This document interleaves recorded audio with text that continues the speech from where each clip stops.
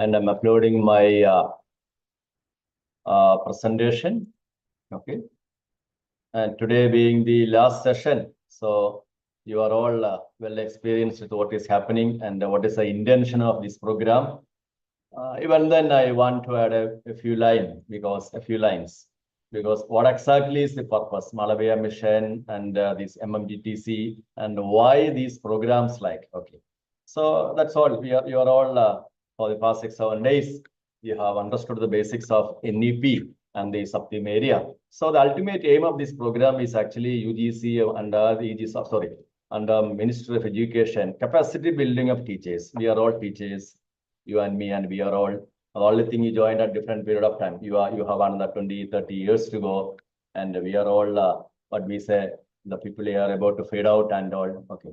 So now with the introduction of NEP 2020, it is a very big change has happened. Yeah, that is the what we call metamorphosis or transformation of higher education. Okay. So it has become necessary to train the teachers also. So capacity building of teachers is the ultimate aim of this program. And you have seen so many sub-themes. And in this one, I'll be talking to you about skill. What are the skills needed for the education? Skill development part. Okay. So on the skill development part, and why it has become necessary and all. And before that, I want to tell me a few lines about myself. That is like you, and I was also a part of the teaching system. I was with the college system for a very long period of time. So we could meet a lot of students, and I could interact with them for a long period of time. And then as the principal of the autonomous college, we have faced the practical difficulties, what we say related to the conduct of various programs and what people can do within the framework of an autonomous college and all. And now the arrival of NEP, this is a new development for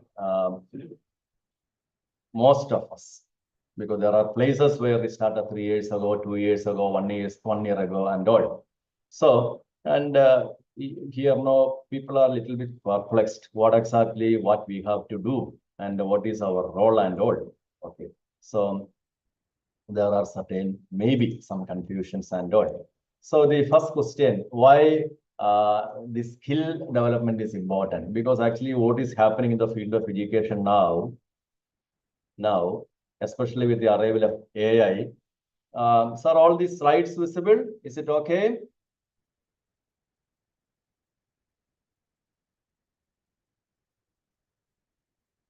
Can you see it? Someone unmute and respond. Okay.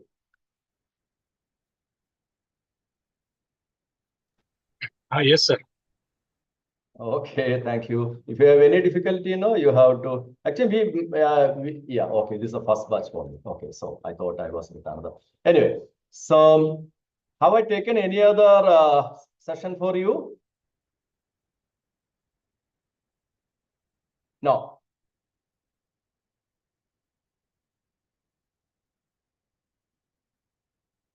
Okay. So here now what we are seeing, yeah, what is the need for all these evolution of educational trends and needs are happening. And it is as teachers, we have a tremendous responsibility. And what is that is going to be, we have to anticipate the future skill demands and prepare our students as well as ourselves. We have to equip ourselves for the challenges ahead. Because technology is transforming, traditional jobs are all getting changed, that we'll see in the course of my presentation. Okay. Now what's happening is arrival of AI. We are all hearing a lot about AI, what AI can exactly do in the field of education, in scenario, or wherever might be that. आमचा तोच coach आहे ना इथे HPPM ला, मग तो घरी आला तिकडून किंवा न्यूज सोबत माझ्यासोबत Yeah, Dr. Priyanka, please switch off. Okay, I think accidentally you are unmuted. Please do. Priyanka, miss. महात्मेचा मुलगा तिथे HPPM ला ते महात्मे सर आहेत ना, ते हे शिकवतात मलखांब वगैरे, ते माझ्यावरच राहतात, त्यांचा मुलगा.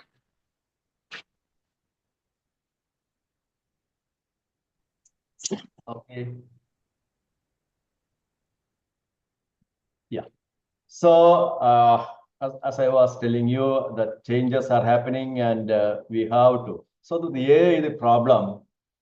There is no shortcut answer, no clear-cut answer.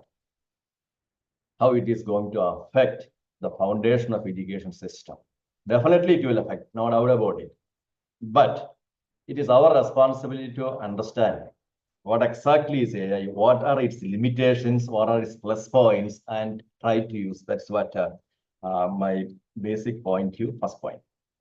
Then I will start to go to our topic. And in all these my presentations, I use these particular captions from Franklin Roosevelt in 1940. What he said in 1940 in University of Pennsylvania. Remember, he's a person with a graduate degree from Harvard University and degree from Columbia University. That's all in 1900. So studied law at Columbia University. So it is generally accepted. His education played a great role in shaping up his futuristic vision and the political career also. So person, American president, great president, what he said, told in the university meeting, it is very much valuable in the field of education. So he says, we cannot build a future for our youth. With your degree, PG teaching, whatever might be that, we cannot ensure a future. But we can always build our youth for the future. That is, our youth should be with the skills, knowledge is there, skills, and resilience, adaptability. Because students will be, you just think about students going out from your institution, BSc or BA or BCom, whatever might be that, what job prospectus they have, what kind of jobs they will get into, what surety is there, and what kind of training you and me have given to them. Suppose your student is entering into a bank or in a share market. See, after this commerce and all, a share market company, for example, any share market company for that matter, what he knows about market and share beyond a level, practical skill. So that's one point. And then another one from late Sir Ken Robinson. He is no more. There are so many videos in the internet in this man. Yeah, what he's warned, if you are not prepared to be flexible, adapt to the needs of modern ladies. I'm saying modern ladies. You and me, we do not belong to the modern ladies because we were all trained under the traditional mode of education. And somehow not somehow, it was only that much was necessary. There are reasons also. Okay. But now there is a transformation that's happened, and I will be pointing out that later. And here in India, we hear a lot of statements like India is our youngest nation in the world, demographic dividend, 65 population is under the age of 31, demographic advantage. And we are going to be a super great power in the coming days and all. Agreed, that is a very good positive way of thinking. But the problem, during the last 1 or 2 years, it became obvious our education system is there is not able to match with the skills imbibed or required for the industries. Theoretical learning, that's what, by hearting, that's what happening. Our students lack the job skills. It became obvious. You may be seeing what is happening in China and India, and I will be focusing upon China, citing this as an example. And what happened in China and why we are trailing behind. And that is a a bitter lesson for all of us, because many international companies, firms, they all prefer to be in China, not in India. One reason is skill-based education, issues with skill-based education. So why skill-based education matters? You can see what you see in this pyramid. This is what we call as a population age pyramid.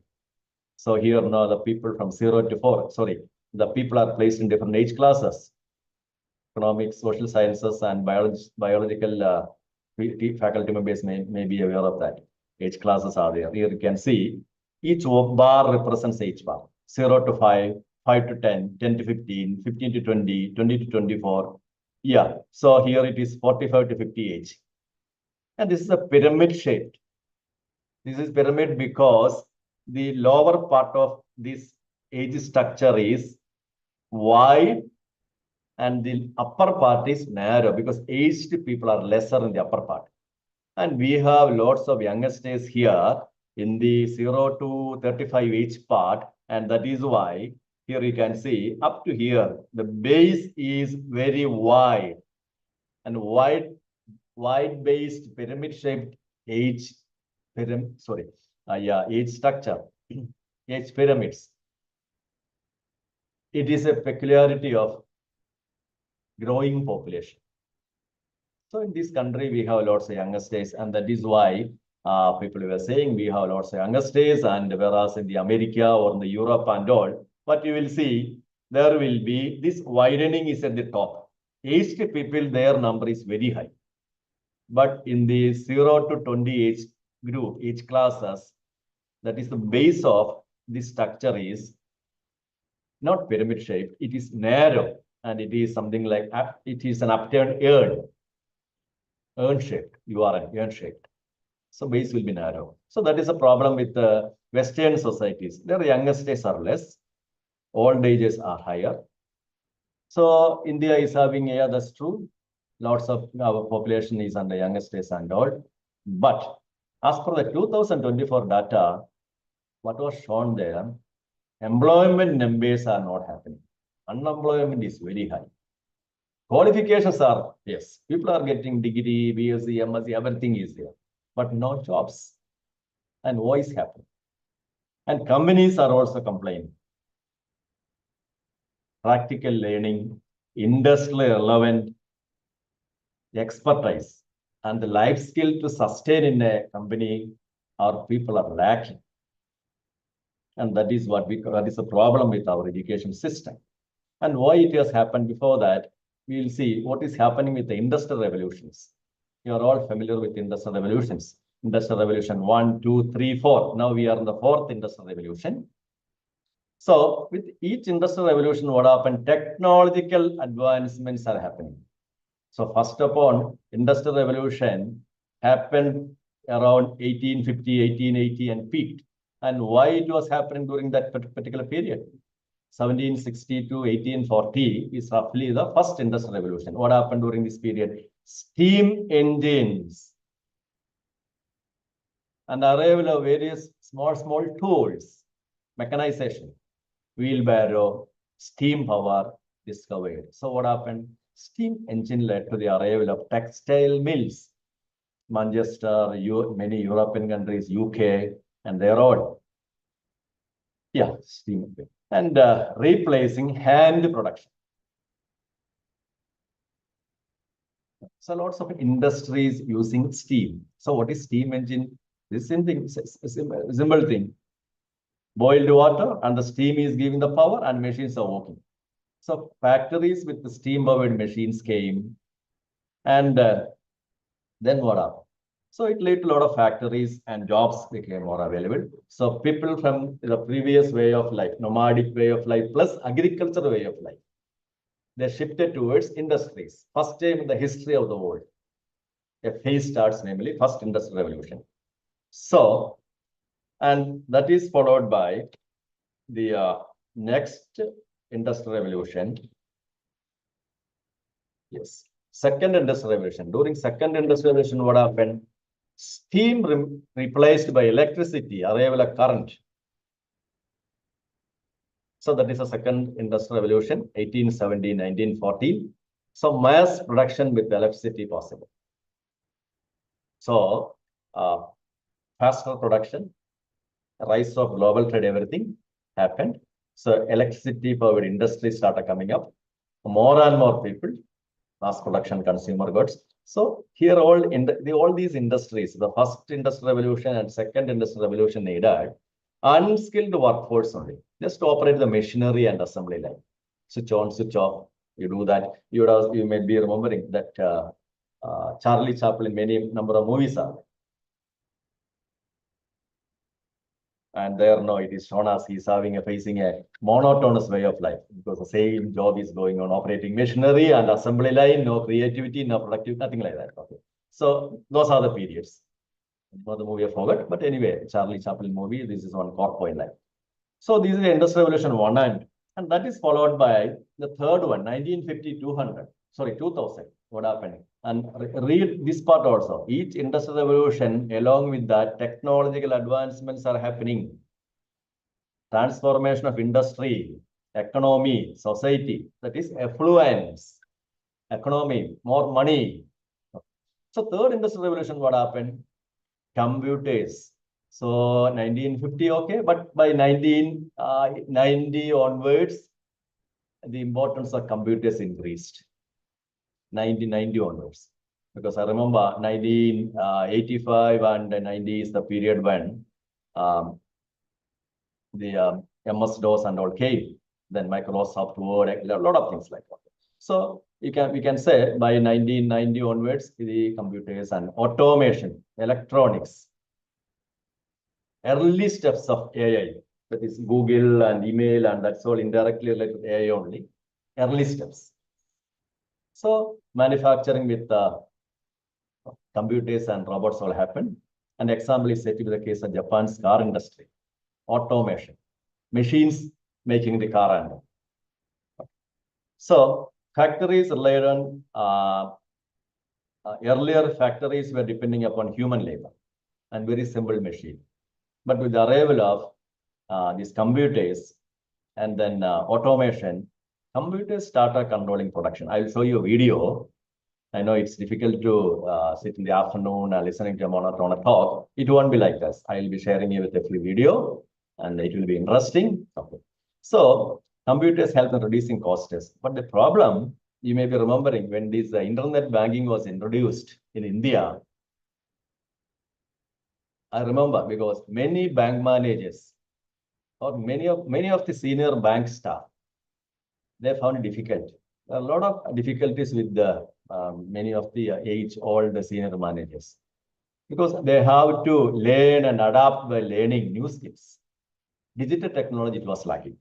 And that is followed by the fourth generation, fourth industrial revolution, 2000. And now we are going through, and that's why in the first slide I want, education also same problem. If you were old style of teaching and all, it will not. We were all slaves of the old style of teaching. 30, 40 years, we have been just by hearting, chalk and all. Then with the arrival of COVID only, even PowerPoint started coming, people started using internet and all. That's what, not all. A few might have been using earlier, but generally. But with the fourth industrial revolution, now what's happening? AI, that's what I said. Yeah, robotics. That for that, I'll show you a video. And then after that, you'll see what is this one. Okay. Then 3D printing, big data, cloud computing. This big data analyze all known to you. Cloud computing. What is happening to our CD, DVD, all those things. You have all Google Cloud, Apple Cloud, a lot of things. So smart factories, self-learning machines, robots, and highly automated production. So what happened? Machines are communicating, analyzing data. Machine will say this machine is not working properly, so it has to be removed. Analyze the data coming to them. So teaching also same may happen. You just imagine your school data, 30 students are there, and the 30 students know their learning capacity differs, and give it to a computer, and the computer can easily determine which part this fellow has not learned. And he can go for customized. The student can go for customized learning. See, when we take a topic, yeah, the people who are sitting in the front bench will be understanding easily. What about the back benches? And we just generally keep a tempo in a specific mode. But with customized teaching, that may happen with the AI, that is going to change. Okay. So the problem, the developed countries, what they did during the fourth industrial revolution, they increased productivity with the minimal human intervention. This point you have to see. And that is what you are going to see in the video. The focus is on highly skilled, talented individuals. These factories, not factories alone, all fields, whether it is business, data analysis, the field of social science, or digital humanities, whatever might be there. They are all started using the high-tech machines. But highly skilled, talented individuals are required. And that is what. So my question is whether we are providing the necessary support to the young generation. We are still teaching them with the old style of teaching, whether it will help them in the coming days or not. That is the question number one. And please wait. I will share this video, one video with the video in the group. Yeah. And that will give you an idea what is happening with the, we'll go to Tesla and what is happening in the Tesla factories. Did you know that Tesla produces one brand new Tesla every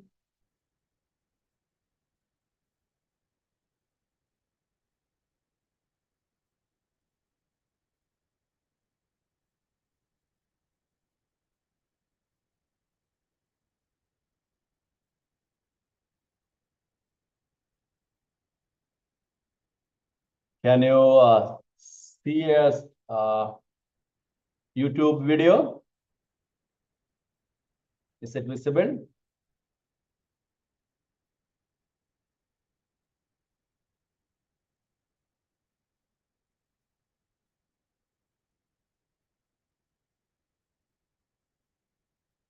Yes, sir, visible. Sir, can you use bilingual language? Yeah, Hindi, I'm not. Yeah, you can, I think you can do it in the system, no? To talk to your, okay. So when I stop, yeah.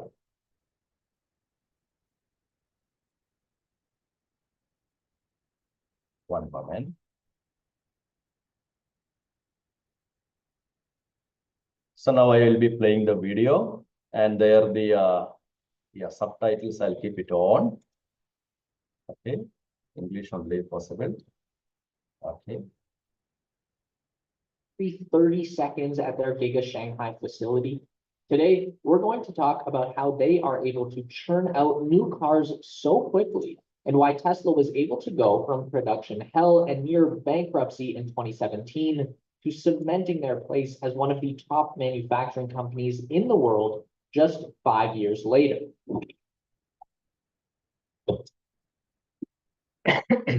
So Tesla makes a few different cars, like the Model S, X, and 3, and they all go together a little different.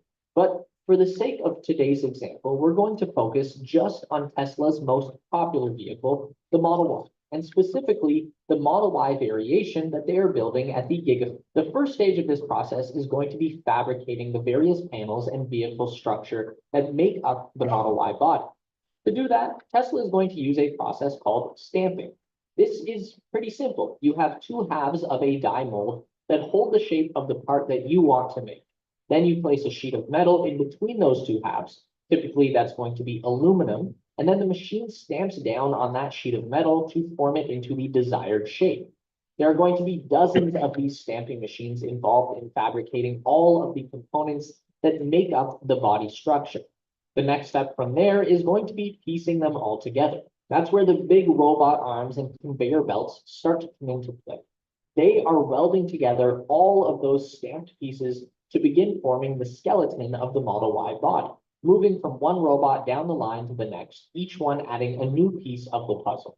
This is what they call the body in white stage of the process.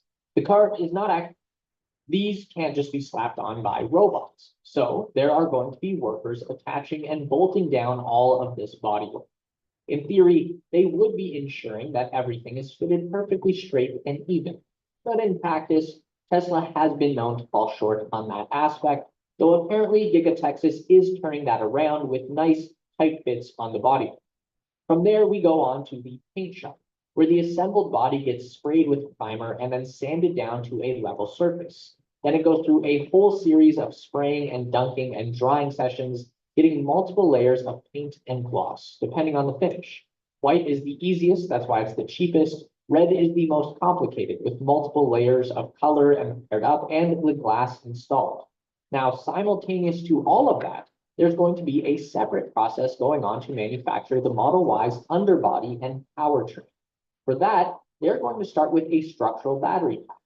This creates the central frame section of the vehicle, in addition to holding all of the 4680 battery cells, along with the integrated cooling and electrical architecture. Then to that battery pack, they are going to directly bolt on the front and rear Giga castings, and that is the entire underbody ready to go in a few steps. The electric motors are then integrated into the Giga castings, one in the front and one in the back. Each is connected through a gearbox into the drive axles for all four wheels. The suspension is all tied into the castings, and the brakes and wheels are added to create a big rolling structure, kind of like a skateboard. Then on top of the battery pack, they are going to lay down the carpeted flooring, attach the center console and interior trim, and then bolt down all four seats directly to the top of the structural battery pack.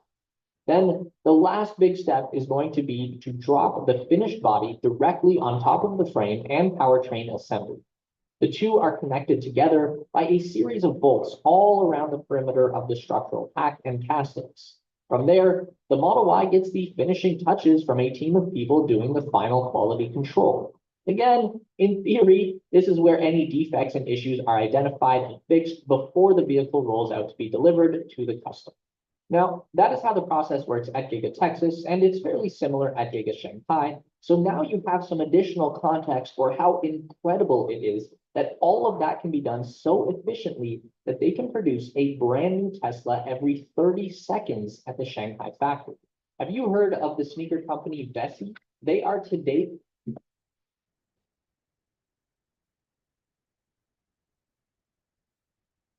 Yeah, that's all I want to show you with this video. So what I want to show you here, fourth industrial revolution, how automation has taken up and what is happening in the international factories and what is the requirement. That is the skill requirement, or now what we'll say, the kind of people required in these factories. So that is a core question, whether we are providing at the youngest age the necessary skills. You may say this is happening in the engineering field and all. Even in the engineering field also same. Our engineering colleges are not providing the correct exposure to the students. So suppose somebody is getting a job in such kind of factory, they will suffer there. Okay, that is the problem now being faced. So we have seen there are four industrial revolution, first industrial revolution, second industrial revolution, third revolution, and fourth one. Now with the fourth one, we require what? Skilled workforce. So that has become our necessity. So what is happening with the fourth industrial revolution? That you can, we'll just sort it, we'll list out. The first one is automation and AI. That's what you have seen here. Higher productivity, 30 seconds, a new car. And the number of workers. Workers are there, but fewer workers. Machines are doing the job. So this is all managed by artificial intelligence. Computers, and they are managing it. Then skill requirement. In such kind of factories, what kind of skills are required? So you have seen that the skills required there is different from what we teach.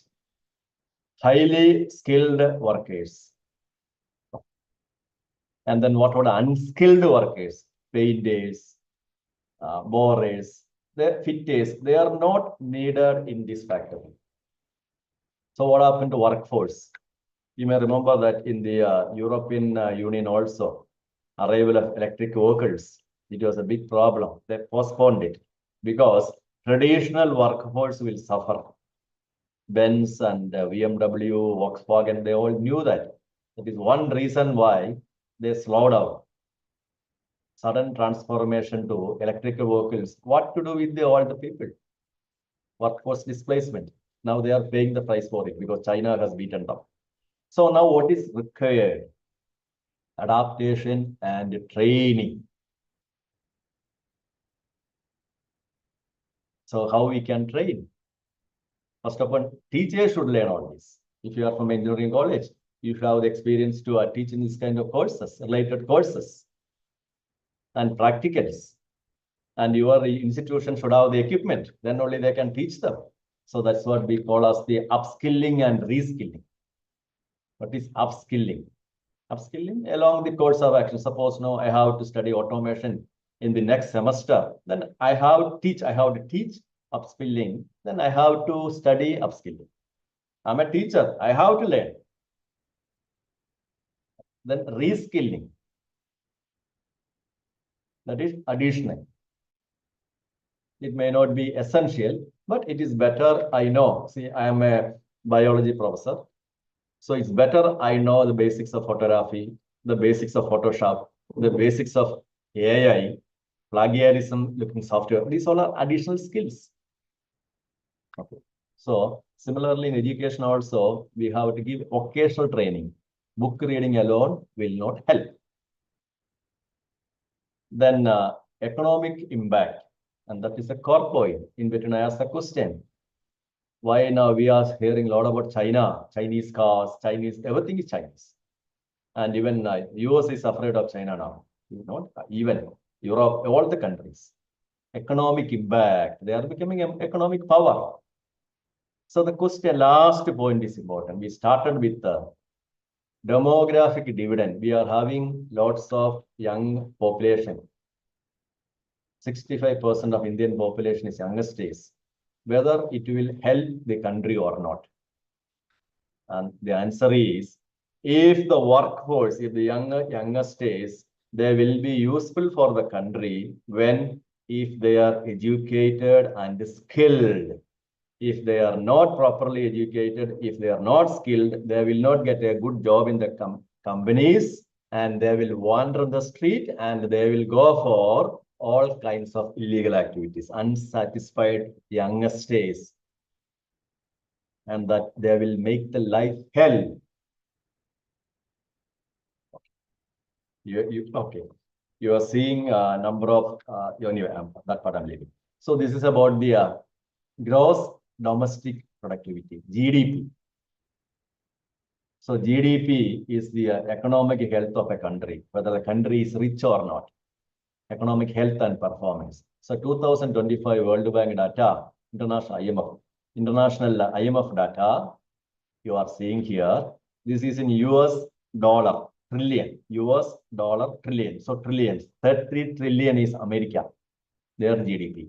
China, these are the top 10 countries, GDP wise. India is their fifth, but we are with 4.27, 3.5 to 4.27, it varies. Anyway, China is with 17 to 19 GDP. And what is the difference between these two countries? The gap is so wide. They are standing head and shoulders So they are the second largest economy in the world, China. That is the countries. What about the individuals? Each person. Last call only you have to see. Each person, their annual income, that way take it. In America, it is $76,000. China, $21,000. This table is based on the GDP size. This is countries. Here now we are taking per capita, per person, per head. So per head, America is number 1. Number 2 is Germany with 63. And then UK, France, Italy, sorry, Canada also there. But what about the our country? We are the lowest place with a very small $7,000. When you take the entire average Indian population, this is the value. Whereas China, each person, $21,000. And you look at the ninth one, Brazil. Their GDP is less than India, no problem, but they have $17,000. Why all these differences? That is happening because Chinese economy is doing great. Economic growth and higher GDP is there.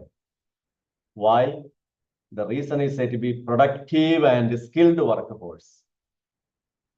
And that is what we are looking in this topic. And I will give you all these notes. I am sorry, I am not, I can speak only English. Okay. So those who are not able to catch up with me, please see the text is coming on the bottom. I hope you will be able to read that. Otherwise, now I'll be sharing you the notes. Not notes, the presentation as a PDF, and there you can refer it. Okay. And also, yeah. And all these link also. I will be showing a few more video links, 2 or 3, that also you can watch later. So I'll share with you.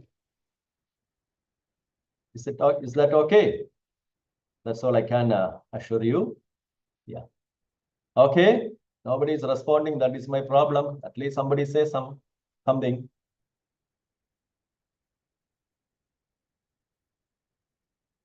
You are all there? Yes, sir. Yes, sir.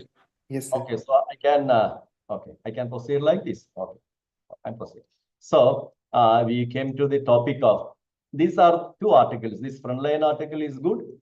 How India squanders, wastes its demographic data. We have lots of younger states, but we are wasting them. Lack of skills. And then the yellow part, educated youth base, unemployment. You have read in many papers.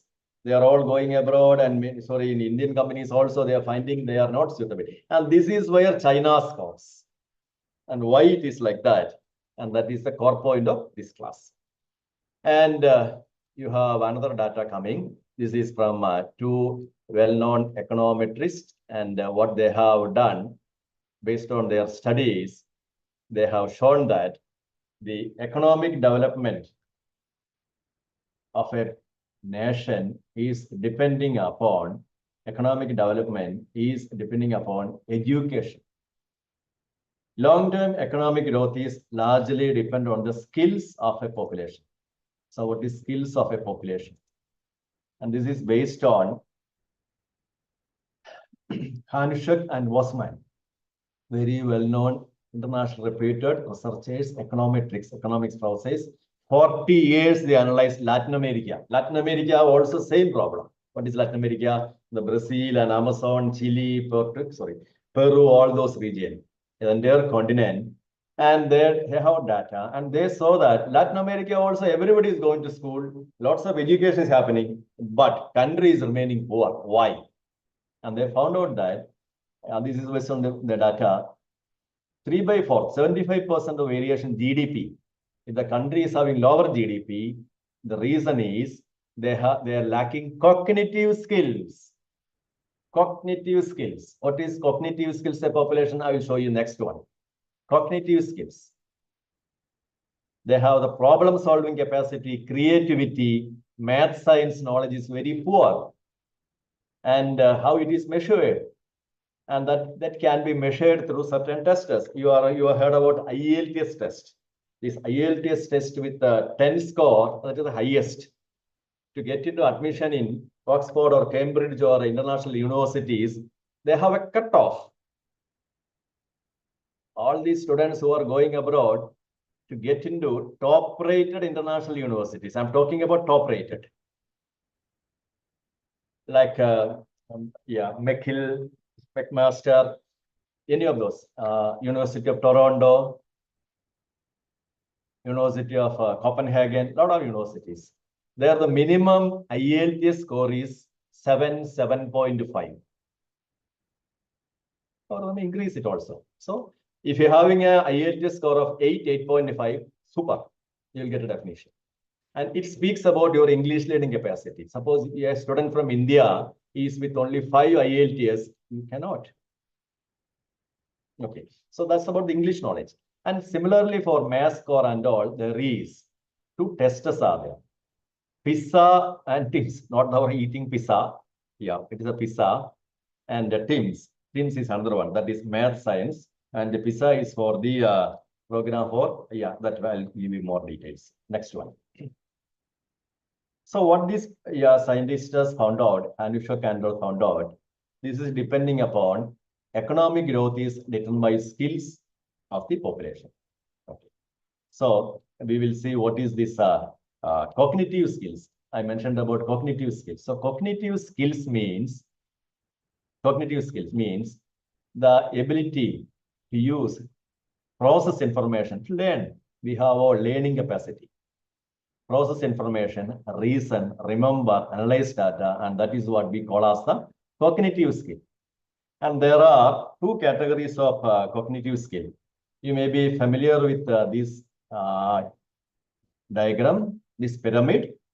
In this pyramid, you can see lower order skill, lower order on the left side, lower order skill, and this one higher order skill. You please remember, this is applicable not only for for your students, for your family members, your kids also. This is very applicable.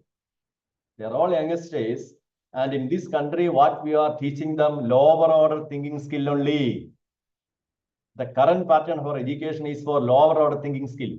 This is cognitive skill. Yes, they can process information, reason, remember, relate, that's all. Yeah, that is cognitive skill. And there are 6 major categories. 6 major categories. The first 3 are remembering, understanding, applying.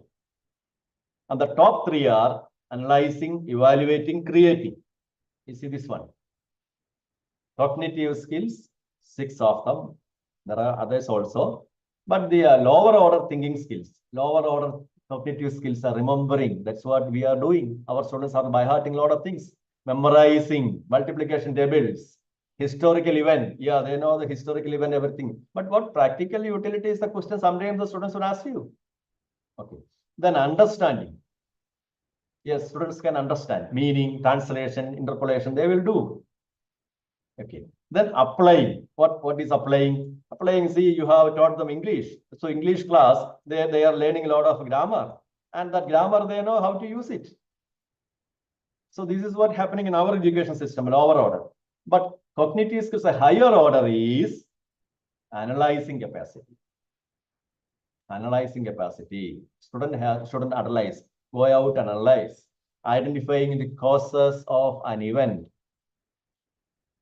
If a cloudburst has happened, unusual rain has happened, what is the reason? Okay. Then evaluating. Students make judgments, their own judgments. By their own checking, not our checking. That's what we do here. Spoon feeding, we do that. And it can be criticizing a piece of art. That is why students can read a book and review, not copy paste, review, or participating in arguments, that is debates and valid arguments. So for that, evaluating capacity is required. The last one, most important, highest level of cognitive skill is creativity, creating what? It might be designing a new experiment or producing a new music. Everyone cannot do that. I cannot do that. Writing a book, writing a story, or developing a new economic model, a software, statistical software, or a mobile app, or a solar panel, anything. And this is being done with his skill, based on the education he got. What education? Yeah, that's what I was telling. There are learning skills, remembering, understanding. This is the lower order. In the lower classes, you study all these. And along with that, you should get the higher order also. So remembering, understanding, applying, we are doing. But how many of our students have this analytic capacity, evaluating capacity, creativity? And that is the need of the hour. That is what lacking in our students. Because why I say that, I have a number of students from my college. Fortunately, I was in a very good college, the first college to get A++ and autonomous college. And not a very nationally popular and all. We get very good students. Many go abroad, international universities. And after 1 year, 2 years, they openly tell us, sir, we struggled a lot because our education system, it doesn't involve all this creativity like thinking. And they found it difficult to catch up with the students. See, your son or kid going to what we say. I am not saying everyone should go to UK or anything like that. But students know, based on their merit with the scholarships, they will go. And they will be sitting with the students from Italy, Spain, Europe, USA, UK, Canada. And then they are saying that when the problem is given, our students know, they do not know how to solve it. But whereas they are all the students of that region, since they are trained in such a level, they know it how to solve it out. And that is what we call as the problem. And that's exactly what this fellow also said about our issue here. That is what is lacking in the Indian education system. And then this is very important one. This I would tell you, please go through website. What is this PISA?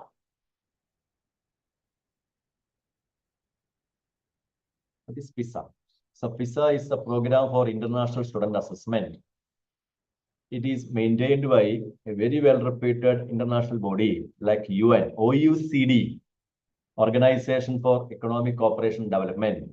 32 countries are there, 38 countries. Okay, and their aim is good only. So, and they organize a test, 2-hour test, cognitive skills, plus the ability to solve problems. And this is what tested. And this is for the +2 students. You take it as 15-year-old people. So students from all these countries right here. And you know what happened? India wrote once. And that was the end of it. After that, we did not go there. 74 countries in 2019, Government of India with all good intentions sent students from India. And our rank was 73. Total 74 participated, 73. Very poor score. Then thereafter, we did not. And we cannot say it's the poverty or alone, because you can see there are people from America, Western Europe also. They also fared badly. But the topmost countries are from the Southeast Asia, not South Asia. We are coming under South Asia, Southeast Asia. And that is what the message for all of us. So why? Yeah. And this diagram is directly from the, I know this is not readable, these images and all. The top performing countries are from Singapore, China, Japan, Korea, Hong Kong, like that. And this green color. And the low performers are mostly from Africa, then Middle East, Morocco, Jordan, Paraguay, South America, El Salvador, Guatemala, Cambodia also there. Then the mid-level, this world map, green, this is North America, Canada and US top. Then European countries, most of them, Australia here, they are the top performers. And these red ones, poor performers. This is South America. So the Brazil and all, they were not doing well. And okay. Then Indonesia, all those countries. And these gray ones, they did not participate. Anyway, so the point here, our system, we were not at all anywhere in the visibility. And why it is like that? This is a root shock for the students and the authorities, because the listeners saw that Singapore, Japan, Taiwan, Vietnam, and China, they are at the top. We believe Vietnam just 10 to 15 years ago, they were struggling. Okay. So the students from +2 students, when they wrote the same exam, they fared well and we fared down. Why? So then you may ask, what is the need for this test? These tests are essential. Now we are all going for the global education. Global universities are coming. International industries are coming. They will be looking for talent, creativity. So what happened?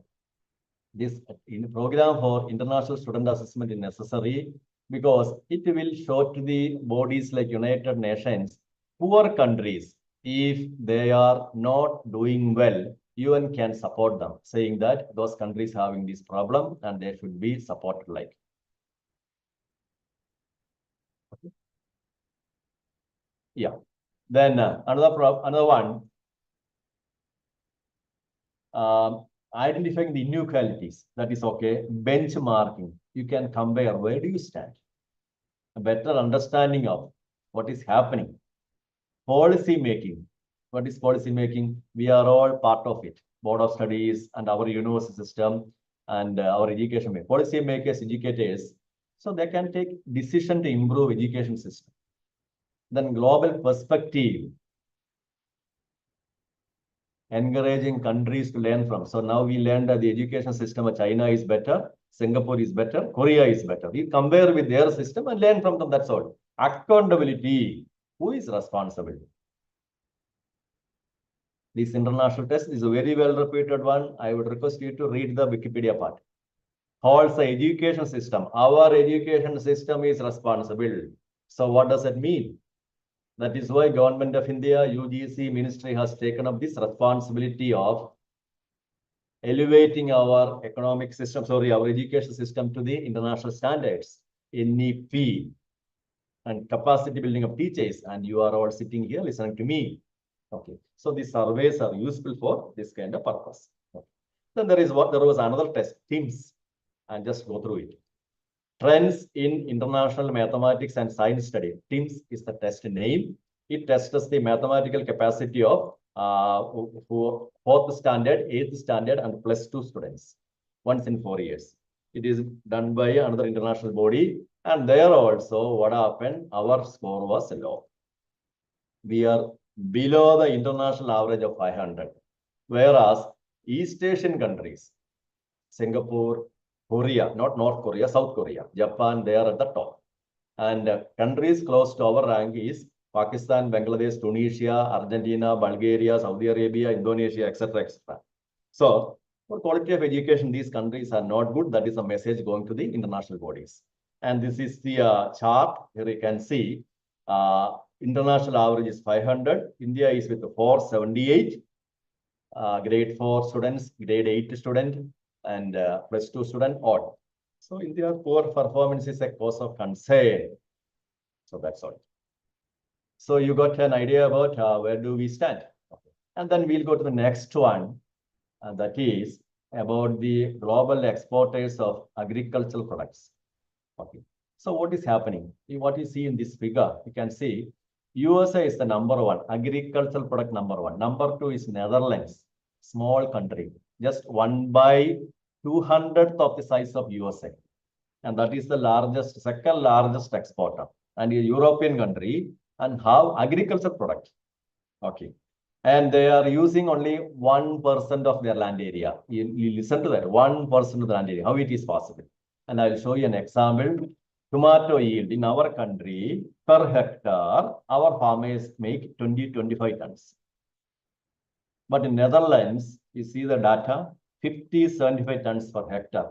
But in their greenhouses, low-tech, high-tech, and medium-tech greenhouses, 250-600 tons per hectare. How it is possible?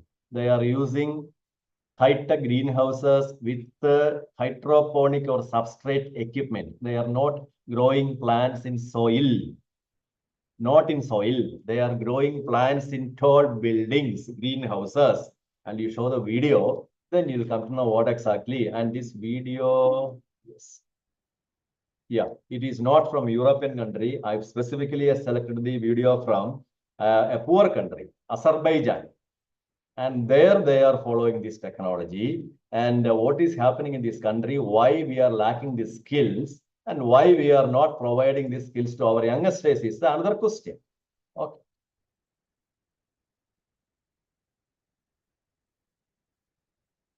One moment, the video will start.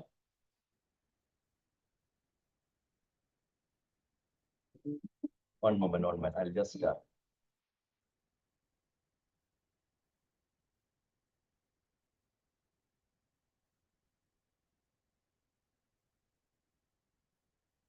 Can you see this video? Can you see it? Yes? Nobody there?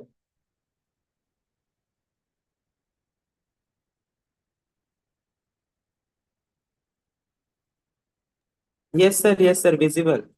Okay, okay.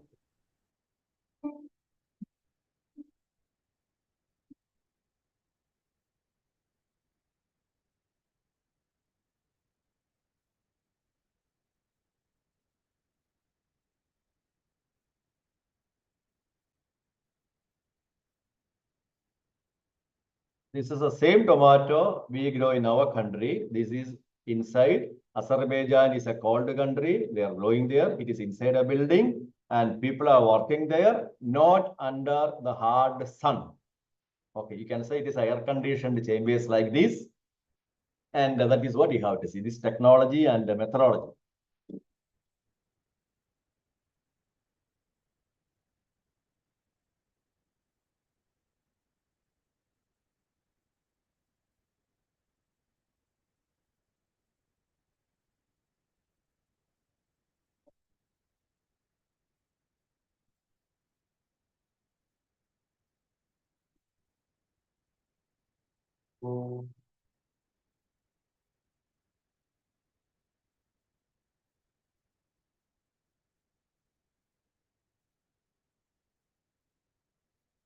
Yeah, this is the part that you have to see.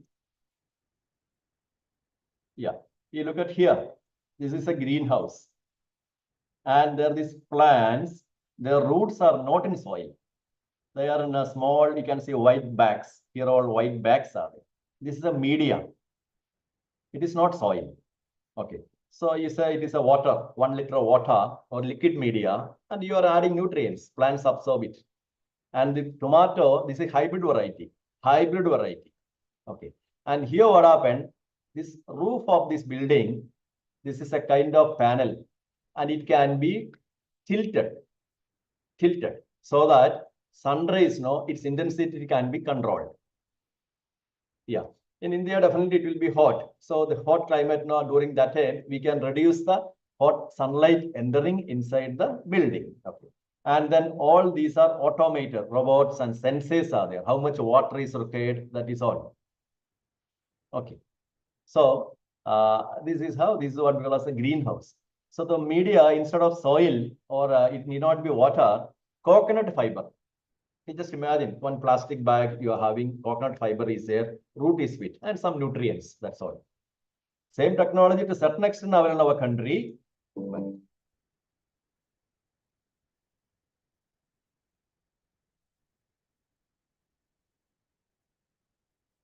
Yeah, this is about the root of the plant.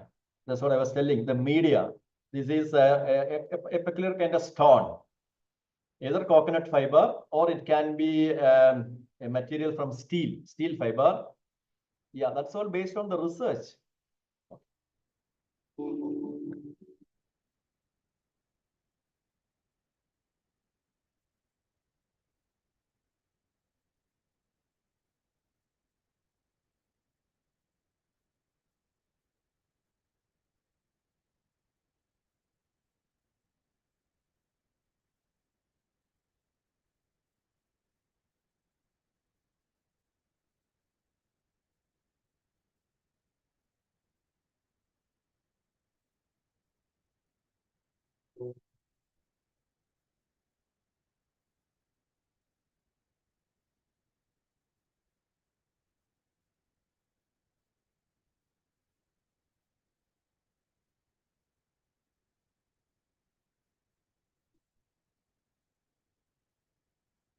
And another important thing which I forgot to tell you, no pests inside. See, this is inside a building. How the insects will come? No pests at all. Pesticides, no. So that's what I was telling. Netherlands, no. India, 25 tons per hectare. But from Netherlands, they are able to make 200 tons per hectare, and that too pesticide free. And we know, you and me, we are all eating pesticide free, yeah, filled banana, so not banana, tomato, everything.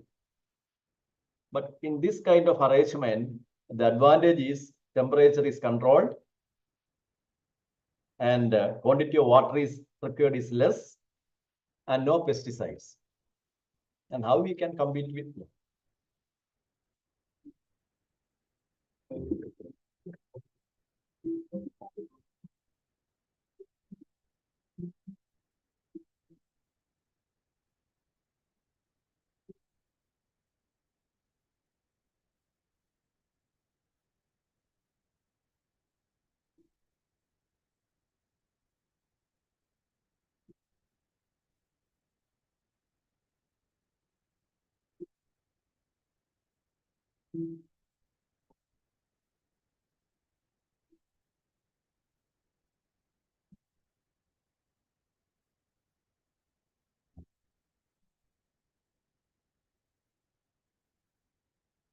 So in many parts of the world, many countries now they are following these technologies, and we are with what technology? That is a question I want to ask you.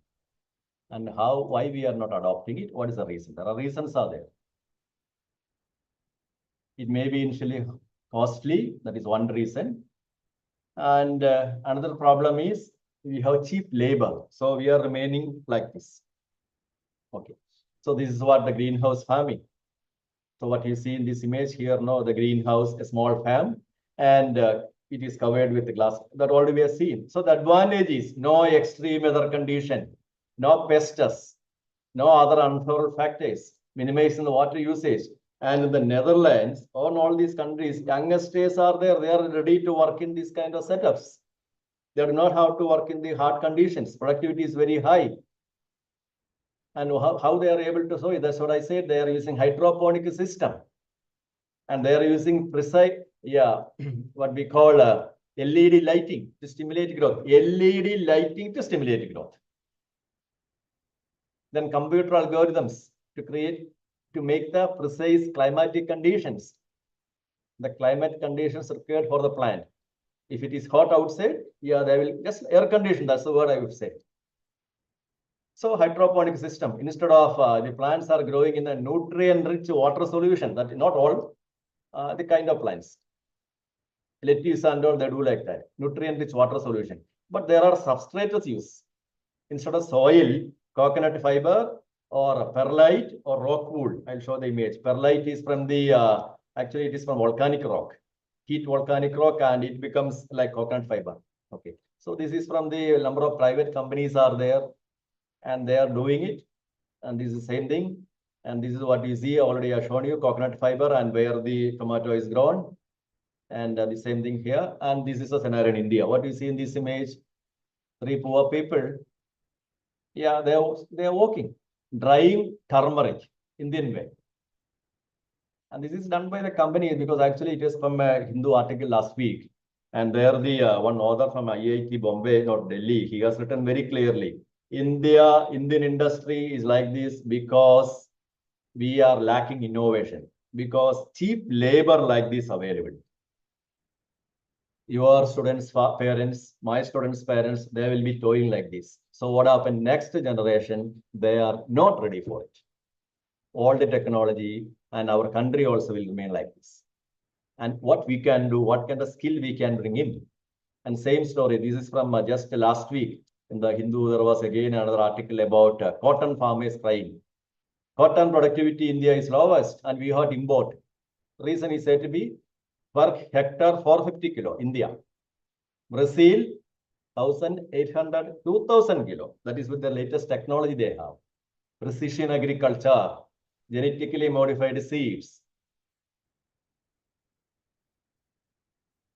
So in India, what I am bringing here, we have, this is the GDP. In the India's GDP, 17 point is from agriculture sector. 27 is by industry, 27%. 54% is from service sector. But the 17% containing the agriculture sector that employs the highest number of people. That is large number of. Agriculture is the source of livelihood in India. They are all toiling like this. With, as I was showing you, tomato one say 20 ton, whereas on the other side 250 ton.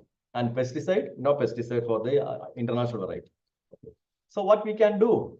We can give the education training, awareness, limited awareness. Farmers are not aware about it. This kind of technologies, many are not aware. So value addition, and also we just produce the items like, but value added products are not made. Best example is I suggest cocoa, chocolate, Belgian chocolate. Chocolates from Europe are famous, but no European country is having cocoa farms at all. All this cocoa is coming from South India or from Sri Lanka or from the African countries, mostly African, because they lack the technology, value added projects. Another example is the case of coffee powder also. Nestle, only about 5 years ago, 6 years ago, Tata has started, and now we are seeing a change. So that is what value addition is not happening. So we get lower price, and the benefit go to the people with the high technology. Awareness, extension. So what we can do, education and training. So what you can do, establish a model farm. That's what I'm suggesting. See, you are from based on the need of your region, your locality. If you are in a rural area, semi-urban area, see this kind of farms, your college or management, they can start a farm like this and train the youngsters, retune the courses. All these European development, Netherlands has become a hit because of their universities. Who taught them coconut fiber can be used in Netherlands? European country finding out that no coconut in any of the European countries. They have to take the coconut fiber from Sri Lanka or from India, southern region. And this coconut fiber goes there and they use for their agriculture, modern farm. So in your institution, you can adopt technology, campus farms, invest it and offer courses. And you have seen the students, the youngsters in Baku, it's a poor country, but they are all working in lots of youngsters are working in such fields. At that point, I missed to tell you, in the Brazil, not in the Netherlands, 1.5 lakhs of job opportunities are there in this kind of air-conditioned greenhouse farming. Okay, so we can. That's right. Okay, and next we go to the next part of the slide. China global electric vehicle industry, EV battery. 53% of EV batteries from 2024 is from China. I'm saying globally, that country is supplying. Why? How they can do that? They have the battery technology, battery processing material, and they buy minerals from Africa, Latin America, bring to their country. From South America to from Africa to China, from India also iron ores and all. They process it and produce EV battery and sell to all of us. India is very poorly placed. 1.9 million electric vehicles. 1.9 million vehicles. And these 1.9 million vehicles in India, the battery is from China. We don't know the battery technology. Exide, Amaron, no. And who gets the money? And that is what you are seeing, all this tussle between Trump and America, Europeans and China. Tesla, they thought they will be the world leader, but China has beaten them recently again. That BYD company, 2010 they started, because cheaper battery they are able to offer. So cars are cheaper. And how it is possible that country, India, 1.45 billion. Now we are the largest population, largest number of youngsters agreed. China also more or less 1.4 billion. 17% of global population is here. You see, the entire Africa with nearly number of countries I forgot. Yeah, 1.5 only. So we are the largest population, 17%. How come this country, namely China, they could do things so well? What is the reason for their success? Their GDP, as I already shown you, 19 trillion, whereas India 4.27, and it is okay. And another question, this slide is from, actually this image is from Amazon site. Any item, any electronic item, mobile phone, camera, or your pen drive, anything. all these items you will see OnePlus or Chinese companies. Why? There is nothing wrong. That means they have the good products, electronics, EVs, advanced manufacturing is possible. And this is a core point of my presentation here, because skilling, reskilling, what to do in India and all, we have the answer here. How they could do it. And yesterday, one paper, I saw some Chinese expert from, Chinese businessman telling, 10 years ago, China was just like India. 10 years ago, but now China has beaten us. But he's saying that with the kind of the present development, India also will come forward, will come up. Anyway, so what is happening? These are the key points.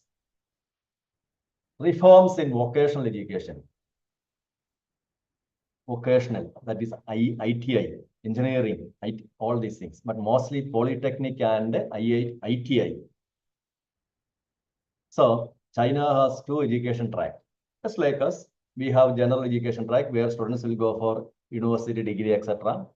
Then vocational education track. Students are going for skill-based careers, ITI, polytechnic. But the major difference lies here. This third line, or fourth line, middle school, 9th grade, students choose to enter vocational schools, not high school. They are not going to high school. Instead, 50% going to vocational training.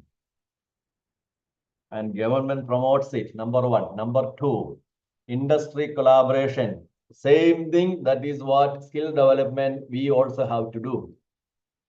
Reskilling, upskilling, everything is there. If you ask me the question what to do, this is the role model. And already I have shown you 1 or 2 videos. What is the need? So strong industry collaboration. In India, colleges operate in isolation. Recently started, but the level is very low. But whereas in China, it is a different story. What happened? Chinese vocational schools, polytechnic or ITI, work closely with industry. And read the next line. Companies design courses. And you can say, now I was just telling you, based on the need of your locality, agriculture, if you are from agriculture rural belt, you cannot bring in a company there. That's why I shown you that greenhouse farming, design, or collaborate, because all these technologies are already available. European companies, they are ready. International companies, they are ready. Your institution, use fund, invest it, and make attractive courses. So students will get skills. So here what happened in China, colleges co-design courses based on the real world industry need. What are the companies given here? Huawei, Foxconn, Apple, Xiaomi, BYD is the car. They all have training program in vocational schools. And next one, dual education system. That is half of the study in college, half of the study in the factory. So job-ready skills students are getting. Now, you know, the reason why all these companies are going to China. Message goes easily there. No difficulties. You can establish a factory in China. You can get all the students, not like our BSc, MSc students who know nothing about all these technologies, nothing like that. Okay. Then massive government investment. Yes, that is there. We have massive government investment, but whether properly used or not, I don't want to say anything about it. That is the university or the colleges. But now with the RUSA or the PM Usha, government is offering money. And the institution has to decide on their lives, because I was in my college where we got the RUSA funding, 5 crore, and we designed number of courses. The college has to design the courses and what kind of lab, what kind of AI or robotics training centers, good laboratory. But in our department, your department, what happened? Head of the department say you buy that, and somebody will say you buy something, and the youngest days they keep mum. And ultimately, the same item that will be some 10 computer, 20 computer. But for what purpose? Nobody knows. Okay. Anyway, so massive investment is there. And this is a core point. Cultural mind shift. How many of you will send your students for your kids, your kids, son or daughter? We all push them for what courses? Engineering and medical. Ultimately, what happened? Number of doctors are going up, number of engineers are going up, and salary is coming down. And they are unhappy. In China, vocational careers. What is vocational education? The one which we are seeing, yeah, we are all very familiar with that VO courses and everything. Who not takers, less takers. Vocational careers are respected. That is not happening in our society. We go for white collar degree, white collar in bracket. China treats skilled work as valuable, honorable. The next one is craftsman spirit. Young mindset, young children itself, they have the craftsmen. It is part of their curriculum. They should make something based on their taste. Maybe carpentry, stitching, painting, or making music, something. Okay. And next, what about the courses? Integration of AI, robotics, and such courses in the schools. What do you teach in your schools? What do we teach? In addition to that, AI, machine learning, robotics, Internet of Things, semiconductor, electrical vehicles, technology. Then we are under the wrong impression China was copying. No, they are not copying from foreign companies. Only thing foreign companies are now afraid of them. That is why many Chinese companies now they are finding it difficult in the US. They are given Huawei, for example, they were asked to leave. Anyway, so they have their own technology, advanced manufacturing skill. Then private sector participation, colleges, universities, they have to, same thing they did.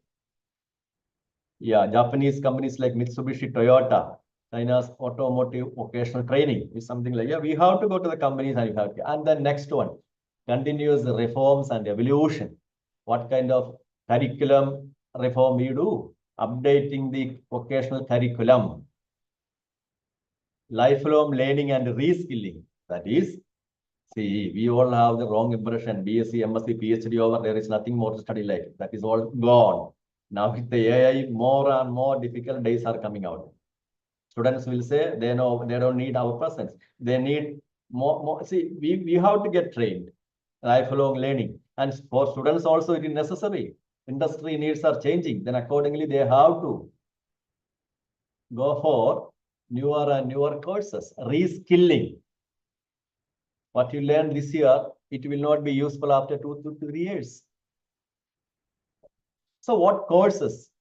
So these are some courses which we can think about. They are offering what?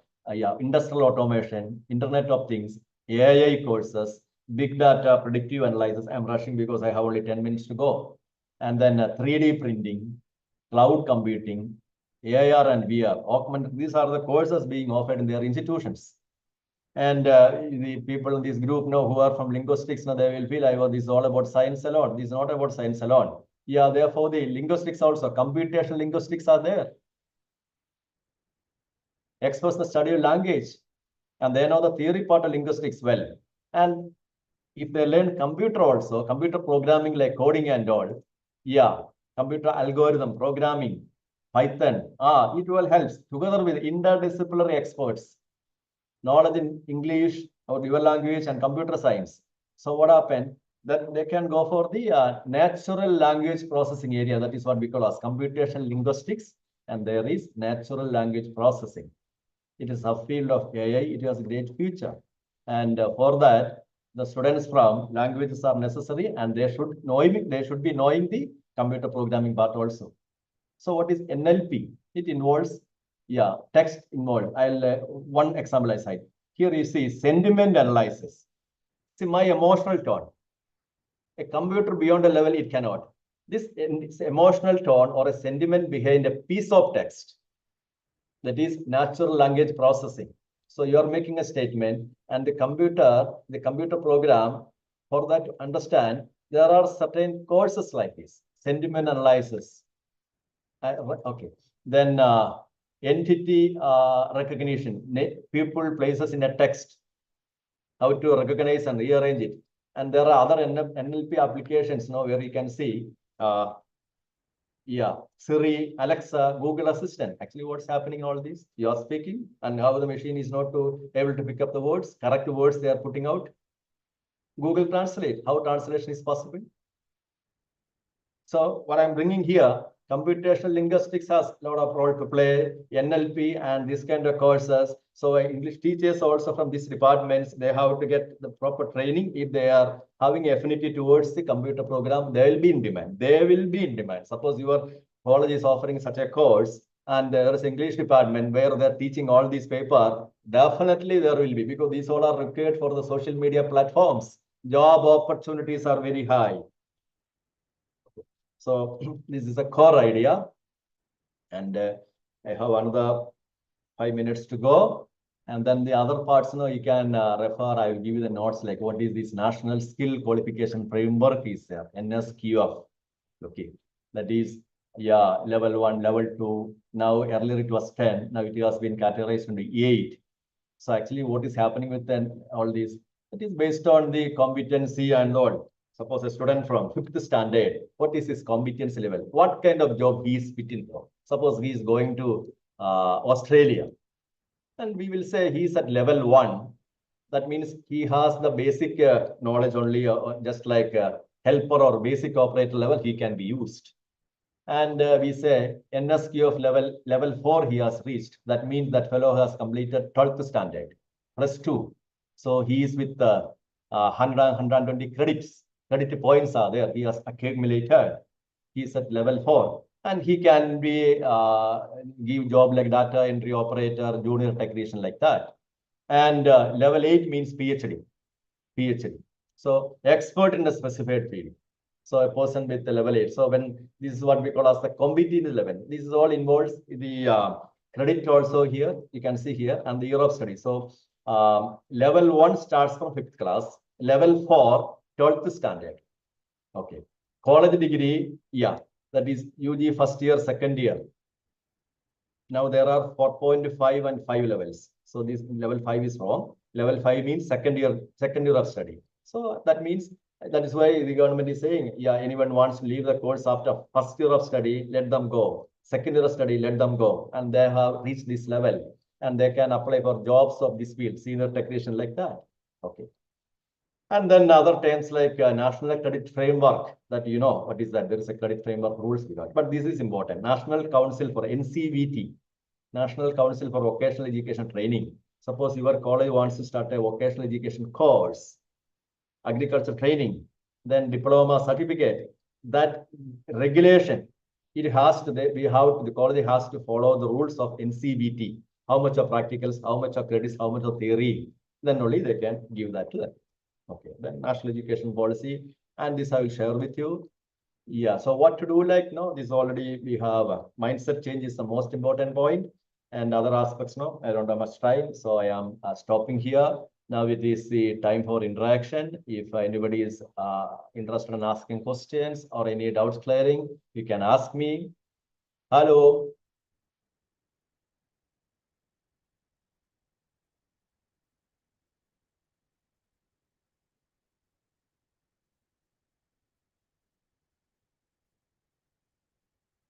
Anything you want to ask me, or how it is all possible?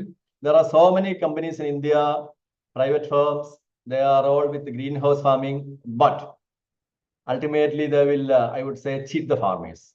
They will dump the unnecessary materials because they are business people, and farmers know once they have what we call, learn the bitter lesson, they will never turn into that direction again. But colleges, like suppose you are in the rural area, your college is starting a greenhouse farm, small one, okay, and showing the children, not children, your students, and some of them may come up and they can make use of the opportunity and start their own industry, take loan and go bigger. That is how we are providing skill and employment opportunities. That's all.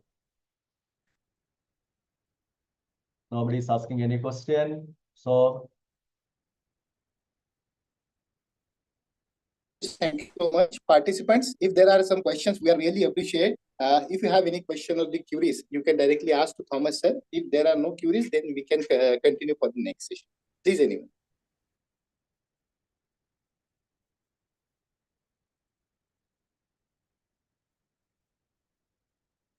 so this session till 3:45 or 4:15?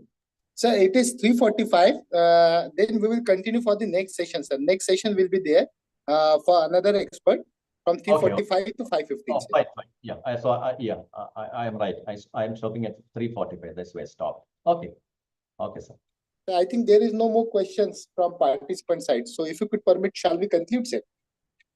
Yeah, I'm not surprised because normally what happened, people they all listen keenly because the way I present here is little different from okay, there are a lot of examples, videos and all. But I hope that it arouses the curiosity, some direction, and I'll share the notes with you and yeah, you please carry on to your room and that will be helpful. Yeah, Okay. yeah, sir, definitely, sir, definitely. So on behalf of Malvi Mission Teacher Training Centers and Garge Baba Amravati University, and all the organizing colleges, I extend my sincere thanks to Professor Thomas sir for being with us and gives us a clear-cut roadmap of the skill development. And sir has quoted different provisions and the different agencies, whatever maybe they are working in the skill domain. Sir, we are really thankful to you. In spite of your busy schedule, you have shared your precious time and thought-provoking session here. And with the kind consent of Professor Thomas, sir, I would like to declare that this session will be over here. Thank you, sir. Thank you so much, sir. Thank you. Thank you very much. Thanks to all. Hello, Professor Atik, sir.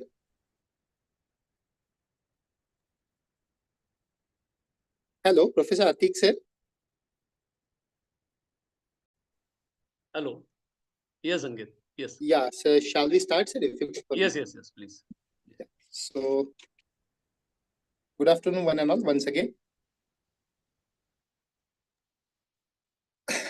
As we have already tell you, today's session we have split it into the two different parts. And first part we have almost completed. Now we are going towards the different another part of this session, and this session will be based on the ICT-based teaching learning, ICT-enabled teaching learning, and the assessment. Since you know that in the today's era, this national education policy has placed more emphasis on the continuous assessment of the students, and therefore, according to that assessment, we have to frame our teaching as well as the learning schemes. So today we are going to discuss this basic concept of teaching, learning, and the assessment evaluation, particularly that is ICT enabled information and communication technology. So, and to deliver and enlighten us in today's particular session, we have with us our center director and professor and head, Professor Mohammad Atik sir. Sir, I extend my warm welcome to you to this session. Friends, Professor Atik sir is at present serving as the professor and head at the Department of Computer Science, Faculty of Engineering at Sant Garge Baba Amravati University. He is also the director of this Malvi Mission Teacher Training Center. And under his able guidance, we are running such kind of innovative courses for our faculty members. There are a number of things that I could tell with regards to Professor Atik sir, but I will not take much more time. Sir, I can extend my warm welcome to you and request you to start the session. So please. Thank you. Thank you very much, Ankit. I hope I am loud and clear. Yeah, sir. Very much clear, sir. Very much. Okay. Thanks. Let me tell you one thing, that is we are almost on the fag end of our this 8 days NEP orientation and sensitization program. Okay. Due to some reason, we were not able to finish up yesterday's session, but we'll just try to make it up if possible today itself, right? And as Ankit has rightly pointed out, this is one of the area wherein, as a matter of fact, there are 8 various aspects of NEP 2020. One of the important aspect is, you can say, teaching, learning, evaluation, and that too will be having a look at these 3 components from ICT perspective, right? That is what is there on the agenda. I welcome you all for this almost last session of the entire training program.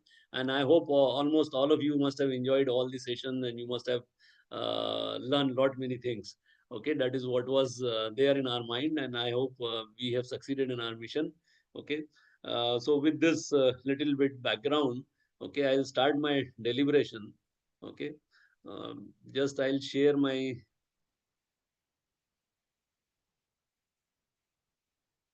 slides. I hope, yes, whether you can see my slides, any one of you, just you have to confirm whether my slides are visible to you.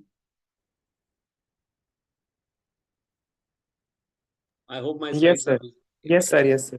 Thank you very much. So this is what is there on the agenda as far as this session is concerned. That is, we will just try to have a look at teaching, learning, and assessment. Okay, our focal point would be basically assessment, but we'll start from scratch. That is, we'll start from teaching, and then gradually we will move ahead with learning and various aspects of assessment and so on. Okay, and while delivering on this particular aspect, okay, I think one session was conducted by Professor Apparao, wherein he must have talked about the curriculum design and all those aspects, right? So we'll be continuing on the same path, but my focal point would be a little bit different. Wherein we'll just try to see various ICT tools, right? That is, as a teacher, how our role is being challenged, I should say, okay, with the changing era, that is all this AI and all these disruptions, whatever taking place, right? So how we need to change as a teacher, that is what is there on the agenda as far as this session is concerned. So as far as the learning objectives of these sessions are concerned, okay, this is what I have jotted down. That is, we will start with various terms in psychologies of learning and instruction. Okay, then we'll gradually move ahead with what is teaching learning process in general, right? And then we'll just try to examine various factors which influence learning. So learning curve, we will have a look at what are the various modes of learning. We'll just try to examine transfer of learning and loss of learning. Okay. And then the rest of the portion, that is half of the session, is basically devoted to what is assessment, what is SAMR model. Okay. SAMR model, typically it is used for examining whether a particular tool is standard or not. So we'll just try to apply that tool on various ICT tools. Then we'll have a look at, rather I will offer you, whenever the time permits, I'll offer you T, that is technology enabled assessment tools, right? Wherein we will have detailed discussion on some of the tools. Okay, some of the tools definitely you are using in your day-to-day life, but we'll examine some handy tools. Okay, and I'll demonstrate live in the session itself. That is so that you can have a feel of all those tools, right? So this is what is there on the agenda as far as today's session is concerned. Okay. Before moving ahead, as I have told you, that is, we will invest some quality time on understanding various psychologies of learning and instruction. Right. I know that most of the participants, actually, there is a mix of participants. There are people from engineering and science background, and there are people from arts and humanities. Okay, na? So, what we'll do when it comes to arts and humanities, they maybe they must have undergone maybe some B.Ed or all those education sort of courses. But when it comes to engineering, okay, I know I started my career way back in 1990. So I have put in almost 34 odd years in teaching, learning, and so on. But to your surprise, particularly when it comes to engineering teaching, we are never ever taught that is how to teach and so on. So we'll start from scratch. That is, we'll just try to understand what is teaching, what is learning, and what are the various aspects of teaching, learning, and so on. And then gradually we will move ahead with various, you can say, ICT tools and so on. So this is what I have planned. But I would love to interact. Okay, that is, it should not be a monologue. As a matter of fact, this particular training program, if you look at the title itself, it is basically NEP orientation and sensitization. So the ultimate objective is to sensitize you, okay, with the changing requirement that is happening in our country with regard to NEP 2020 and so on, right? So having said this, as I've told you, that is, we will invest some quality time on understanding what are the various psychological learning terminologies, right? So some of the terminologies I have jotted down here, right? And I would love to hear from you. Okay, let's say if you are a teacher, okay, you may came across many times these terminologies, and many times what happens, we put a slash in between, right? We use them interchangeably, knowingly or unknowingly, the difference between these two and so on, right? So we'll start with the pedagogy, right? So what is a pedagogy and what is your perception of your of pedagogy? Okay, any one of you, if you can unmute yourself and you can come up with your perception about pedagogy, I would love to hear. Right. So what do you feel? I don't know how the other sessions have been conducted, But as I said, that is, there has to be a dialogue, right? It should not be a monologue kind of thing. Okay. So what is your perception of pedagogy? Any one of you? Sir, I think way of teaching. Great. May I know, sir, who is speaking? What's your name, sir? Sir, Ankit ji Jaiswal. Ankit Jaiswal, sir, right. So you have rightly pointed out it is a way of teaching, right? So whatever you do in your day-to-day life, you adopt some or the other pedagogy, right? Some or the other pedagogy. So as Professor Jaiswal has pointed out, anybody else who want to contribute? Maybe take it little further. He has given a very broad definition, right? Any other answer? Anybody else? Okay. No issue. So as Ankit, Professor Ankit has pointed out, that is, it is the method and practice of teaching. Okay. But as an academic subject or theoretical concept, right? So in short, whatever you do when you deliver in a theory session, okay, the approach you adopt, it is nothing but the pedagogy, right? And what is the ultimate objective of adopting some or the other pedagogy? It is the ultimate objective is how best to teach, right? How best to teach. And that's why many times it has been referred as theory of education, right? So as you can see here on the slide itself, that is John Friedrich Herbert, okay, who is the founding father of the conceptualization of pedagogy or the theory or the theory of education, right? So in short, it is nothing but the, you can say, the method and practice, as rightly pointed out by Professor Ankit Jaiswal, right? But what do you do? Let's say if I ask you to deliver a session from 11 a.m. to 12 noon tomorrow on a particular topic. Now, how do you prepare for it? So what are the various stages of adopting some or the other pedagogy? Anybody?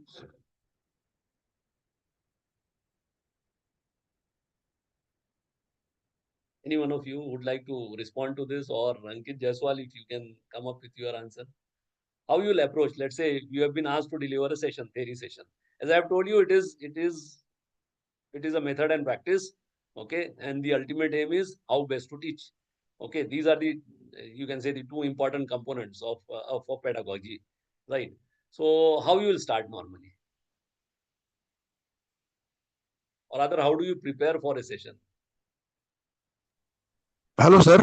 Yes, sir. Please. Different subjects require different kinds of methodology to teach. Great. If I Great. want to So, teach a poetry, yeah, as far as my subject is concerned, I'm from English literature. So if great, I sir. want to teach poetry, I have to introduce that poet first.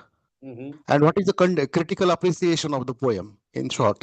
If I want to teach drama, I have to let the students know the characters of the drama, like Great. that.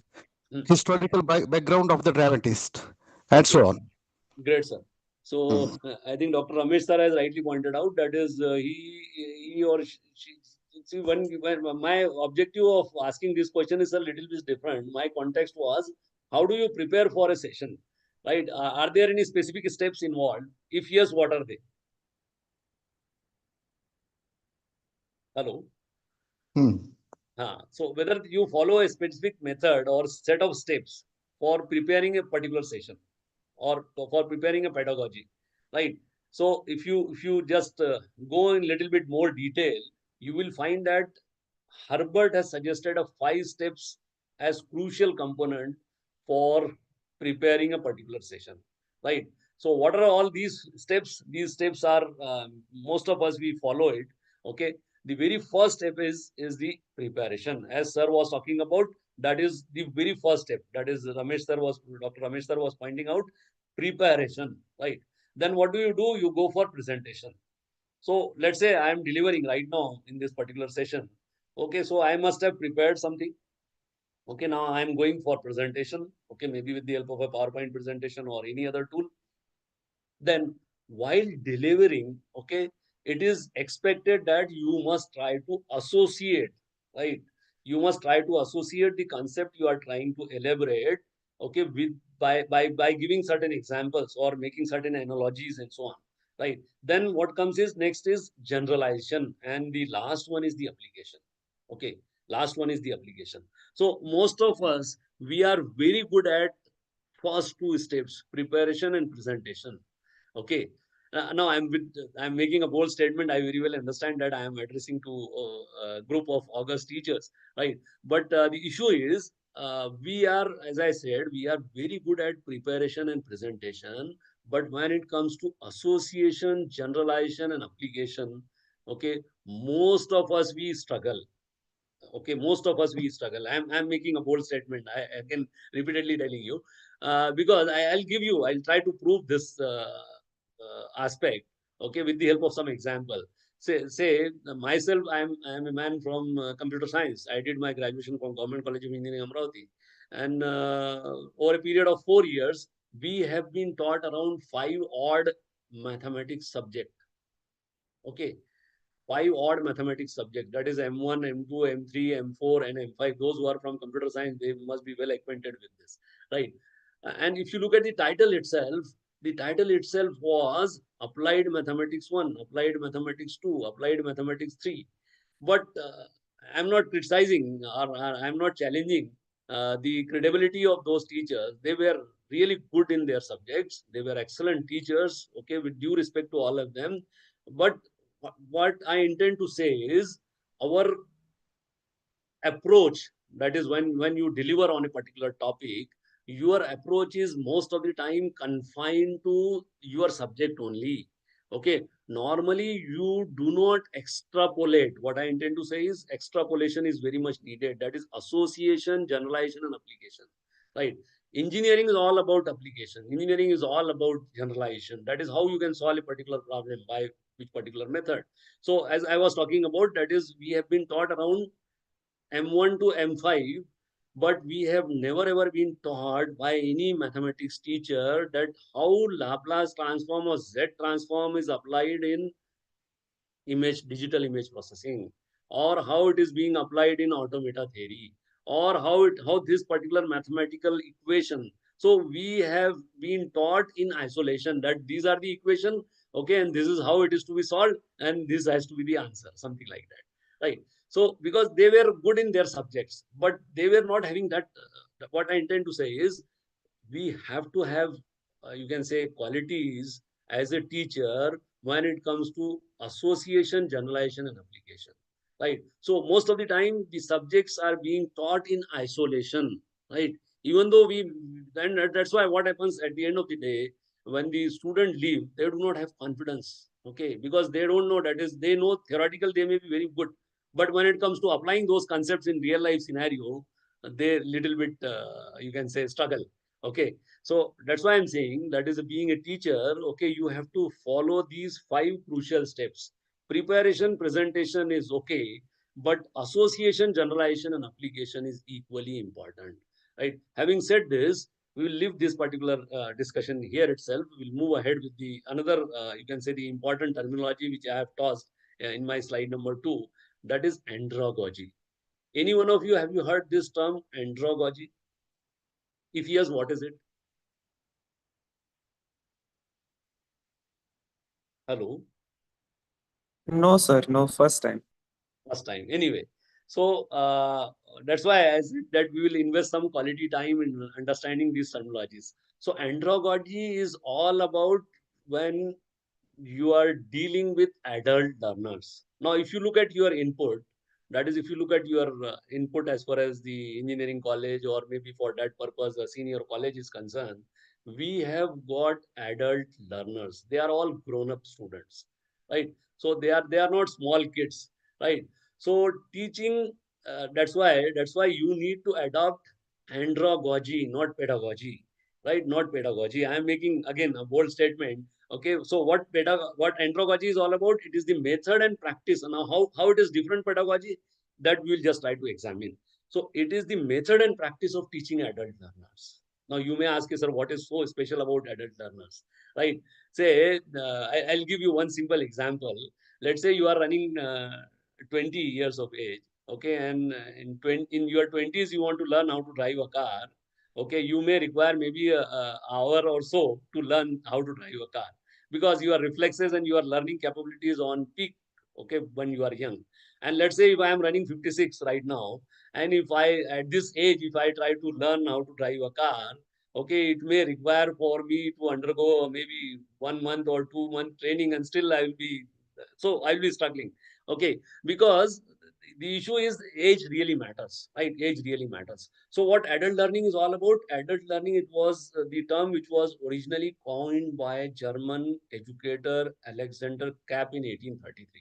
And what he talks about this andragogy, it is the science of understanding theory and supporting practice. It is not merely, if you look at the pedagogy, it talks about the theoretical aspects. It is methods of engaging a theory class, to be more specific, right?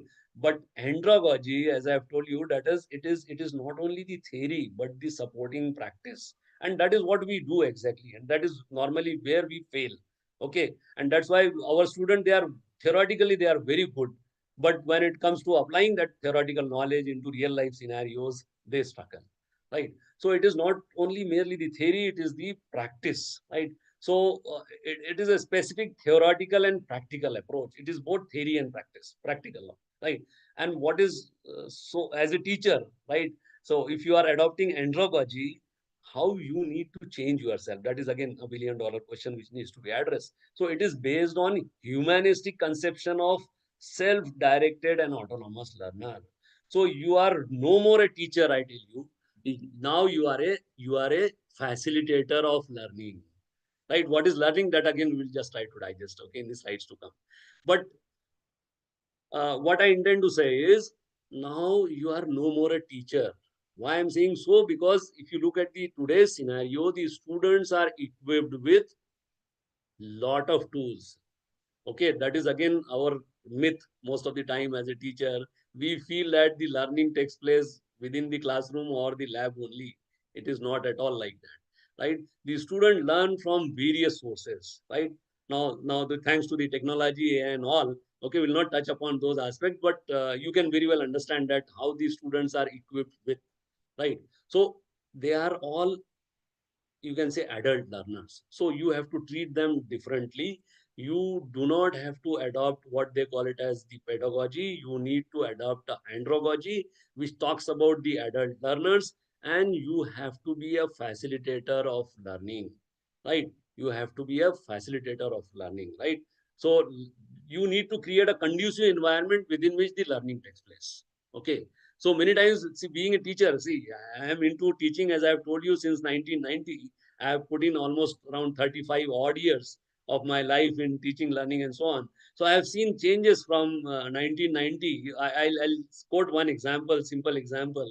That is when I used to teach in 1990, many times I used to announce in the class itself that you please pay attention to my session, because some of the stuff I am delivering, you will not get in any book. Okay, because that book, those days, those books were used to be, I'm from computer science, books used to be out of print, maybe Osborne McGrail edition and all. So there was shortage of books and so on, resources, what I intend to say. So some way or the other, being a teacher, you get certain books, okay, as a privilege member of the library, institute library, and you may announce those sort of statements. Now, let's say if I make the same sort of statement in the class today, the student will stand up and he will say, sir, you please give me a minute. Which book you are talking about? You are talking about Operating System Concept and Design by Parvin Jensen. Okay, this is the PDF. I'll send it to you, right? So what I intend to say is, things have changed. So being a teacher, we need to change. We need to adapt. We need to adapt to the changing requirement of our profession. Otherwise, I am very sorry to say that you will not find any place. Okay, I'm making again a bold statement. My idea is 4 years down the line, I may not be there in the, you can say, in any role. But I personally feel that as a teacher, we need to change. We need to change to the changing requirement of the technology, right? So there's nothing like changing yourself, right? Otherwise, you must have seen that there were people, when I have seen, that is in the banking sector, the computerization takes place. What has happened? They were thrown out of the system with the, you can say, one time benefit, whatever, and they were forced retirement and so on, right? So there is a challenge, right? There is a challenge to our community as well, right?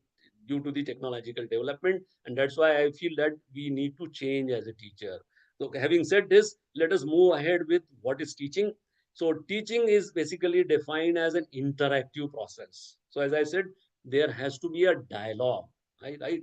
Let's say if I am delivering, the basic intention asking this question was to get you involved in the discussion, right?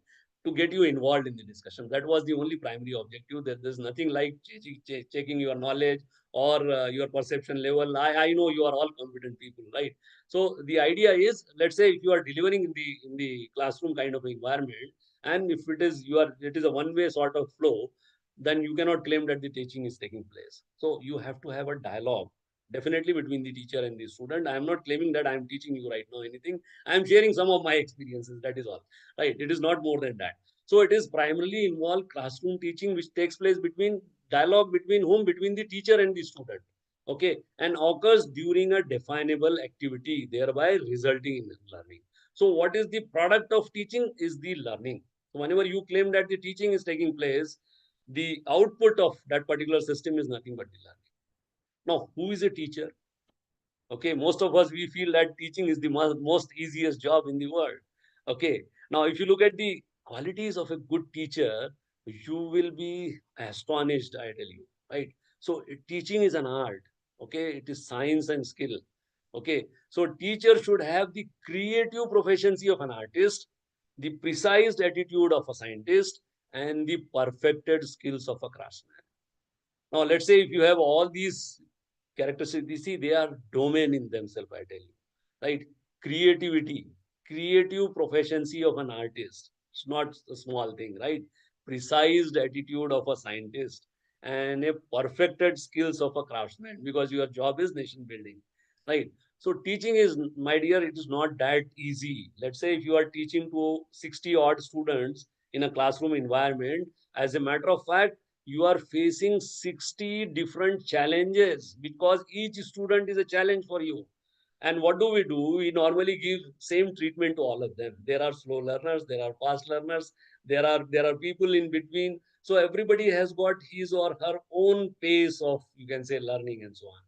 But unfortunately, we give them equal treatment, right? And most of the time we do not interact, right? So teaching is not that easy. Teaching is one of the most challenging job, I tell you. And every year you get new student, new batch is there. So new challenges are there, right? So it is very challenging if you take it seriously. If you do not, then the other way around, I will not put a dot on those aspects. What is training, right? So teaching and training, many times we mix up, okay, and many times we feel that they are equivalent terms, they are synonymous terms. It is not like that. It's not at all like that. What is training? It is an organized activity aimed at imparting information and or instruction to improve the recipient's performance or to help him or her attain a required level of knowledge or skills. Now here we are talking about two important aspects. Okay, knowledge or skill. And the another peculiar characteristic of a training is it is basically of a shorter duration, right? Let's say you want to learn how to drive a car, you will not join a 3 years degree course in some XYZ college. What you will do, you will join some training school, wherein you will undergo some crash course of maybe 8 week or 16 week, and you will learn how to drive a car. So it is result oriented. It is expected to give immediate result. That is, after completion of that training, you should be able to drive the car. If it is not so, then is no fun in joining that training school. The term training, it has evolved during World War II. So what has happened in World War II? There was acute shortage of soldiers. So what they did basically, they have trained their ordinary citizens in operating, you can say, warfare equipments, and they have deployed those people on the war front, right? So this is how this, if you look at the historical perspective of training, this is how this term, it has evolved. During World War II, it has evolved, right? So that is training is all about. Now, this one more term, what they call it as learning. Okay, I know I'm touching upon some very fundamental aspects, but most of the time we ignore as a teacher. Okay, I very well know That is when I have started teaching, I was not knowing at all that is how to deliver what is pedagogy, what is a lesson plan, but as a matter of fact, these are very important terms, right? You have to adapt to them, right? What is learning? Whenever I say that teaching is happening, meaning thereby learning is taking place. So it is a relatively permanent change in behavior. Okay. But to a layman, what is learning? Learning is little bit different, right? Learning to a layman maybe it means reading a passage, maybe memorizing a formula, or understanding a process, or even listening to a teacher. Okay. But to an educationist like you and I, it is little bit different. It is a relatively permanent change in behavior, right? It is relatively permanent change in behavior resulting from reinforced practice. Now, if you examine it in more detail, you can very well understand that it is a process as well as a product. Why I'm calling it as a process as a product? Because let's say the student undergo, when they join your college, maybe for a 3-year or 4-year course, okay, they are undergoing a process. And when they leave your premises, they are the brand ambassador of that institution. They become a product. Okay, they become a product. Now that product must be employable, right? That is what is there on the agenda, as a matter of fact, right? So it becomes a product, right? So it is the nature or tendency of human beings. So many times again, that is a myth, that is the training or the learning takes place in the institution only, within the four wall only. It is not at all, right? It is human tendency to learn. And how do you learn? You learn many times from your parents, you learn from your peers, you learn from you have thousands of sources of learning, right? Because it is a human tendency, right? It is a tendency, right? It is a process of mental development. Now these are the aspects which we will elaborate in greater detail. So as a matter of fact, when we talk about the mental development, there are three aspects of it. One is the cognitive, second is the affective, and the third one is the psychomotor, right? So we when we claim that the learning is happening, the learning should take place in all these three aspects in a you can say equal manner, I should say. It is both positive and negative. Now, this is again a bit difficult to digest, right? Whenever we claim that, as a teacher, we claim that whenever learning is taking place, the positive transfer of information is taking place. Not at all, right? It may be negative, right? I'm not saying, teacher, definitely we have to aim at getting that positive transfer, right? But it may happen many times, some negative. There are reasons to it. We will come to this point later on, okay? It is individual in nature. Okay, my learning capacity will be different. Your learning capacity, what we used to call it as IQ and so on, right? So it is each individual is different, right? Each individual is different. So each individual's learning capabilities or capacities are altogether different. And learning is creative or critical thinking. So when you transform an ordinary student into a critical thinker, you have achieved your objectives of, you can say, teaching, learning, and so on, right? So it is creativity. It makes you critical thinker, right? It makes you critical thinker. If you have done that, meaning thereby you have achieved your objective. Now let us try to examine the basic teaching model. I'll not go into the details. As a matter of fact, only there are 4 blocks. Okay, the very first block, if you look at my session itself, the very first slide was I've talked about that. As far as this session is concerned, I have jotted down that these are the learning objectives. So instructional objectives. Okay, then you have an entering behavior. Okay, then what next is there? Instructional procedure. Let's say you have joined this course, your perception about NEP 2020 at 08 day, and let's say if I would have conducted a test at 08 day, okay, and at the end of the, you can say, the 8 days, that is on 18th of March, let's say we go for the another test, then we can very well compare how much knowledge you have acquired during these 8 days and so on, right? Maybe 16 sessions on various aspects of NEP 2020 and so on. So you have entering behavior. That's why in corporate training, what do? They go for 08 day test. Okay. And when you finish up that the entire training, at the end again they go for a test wherein they examine your status. So where you were when you joined the course and where you are when you are leaving the premises. So instructional procedures. In between you have instructional procedures. Instructional procedures are nothing but, let's say every semester you are teaching 5 subjects, 10 subjects in a year and so on, maybe 4 years. And then at the end, what do? We go for the performance assessment. Now, having said all these, right? our objective, rather our focal point would be how to assess. So we will be more focusing on the performance assessment. So what are the various types of assessments and so on? Okay, we'll just try to dig them in a greater detail. Right. Let us move ahead with whatever I have told you with regard to this particular, you can say, basic teaching model. Again, we have never ever been taught, I tell you. The idea behind putting particularly for the teachers who are from engineering colleges, because we have not undergone any kind of B.Ed, D.Ed, or maybe induction phase 1, phase 2, nothing like that, right? So that's why it is mandatory to understand these aspects, because these are equally important, right? Merely having some technical knowledge is not enough. That is very much needed, but at the same time you need to know what are the various components of teaching, learning, and so on, right? So instructional objectives, as I have told you, that is, these are the students should attain upon completion of a segment of instruction. That is what is there on the slide number 1 or 2. Okay, then entering behavior, describe the student's level before instruction begins. 0th day, what was your behavior? And let's say when you are leaving 8th day, what is your you can say level of understanding? Instructional procedure. Now, in between, you have various sessions. So describe the teaching process. Okay, that is nothing but the instruction procedure, right? And then at the end, what is there, which is the performance assessment.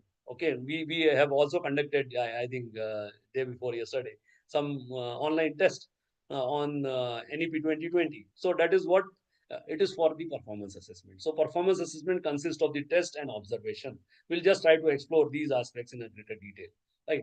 Now, before moving ahead, we need to understand what are the factors which affects the learning, factors affecting the learning, right? So these has been rather broadly categorized into two categories. One is the personal factors, right?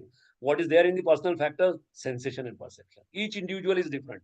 Okay. So your sensation and perception will be different. My sensation and perception will be altogether different. Fatigue and boredom, right? Age and maturation. As I've told you, that is, you cannot treat them as small kids. Okay, you need to adopt some andragogy, right? You need to adopt some andragogy. Okay. Then emotional condition. Let's say the students are not in a mood to listen. Okay, don't conduct classes. Right? Emotional condition is very important, right? While delivering in the class, what are their needs, interest, motivation, okay, intelligence, aptitude, and attitude, right? These things are gradually gaining importance, right? You may be technically very sound, theoretically perfect, 100 out of 100 or 10 out of 10 pointer, but you may not be good in other aspects when it comes to applying that knowledge, when it comes to working in a team. So that's why attitude and aptitude plays a vital role, right? Then environmental factors, okay? So your surrounding may be natural, social, cultural, okay? Relationship with teachers, parents, and peers, okay? Media influence learning. Now that is again happening at a jet place, particularly in this era of, you can say, the technology, right? So these are the various factors which affects the learning, right? What are the modes of learning?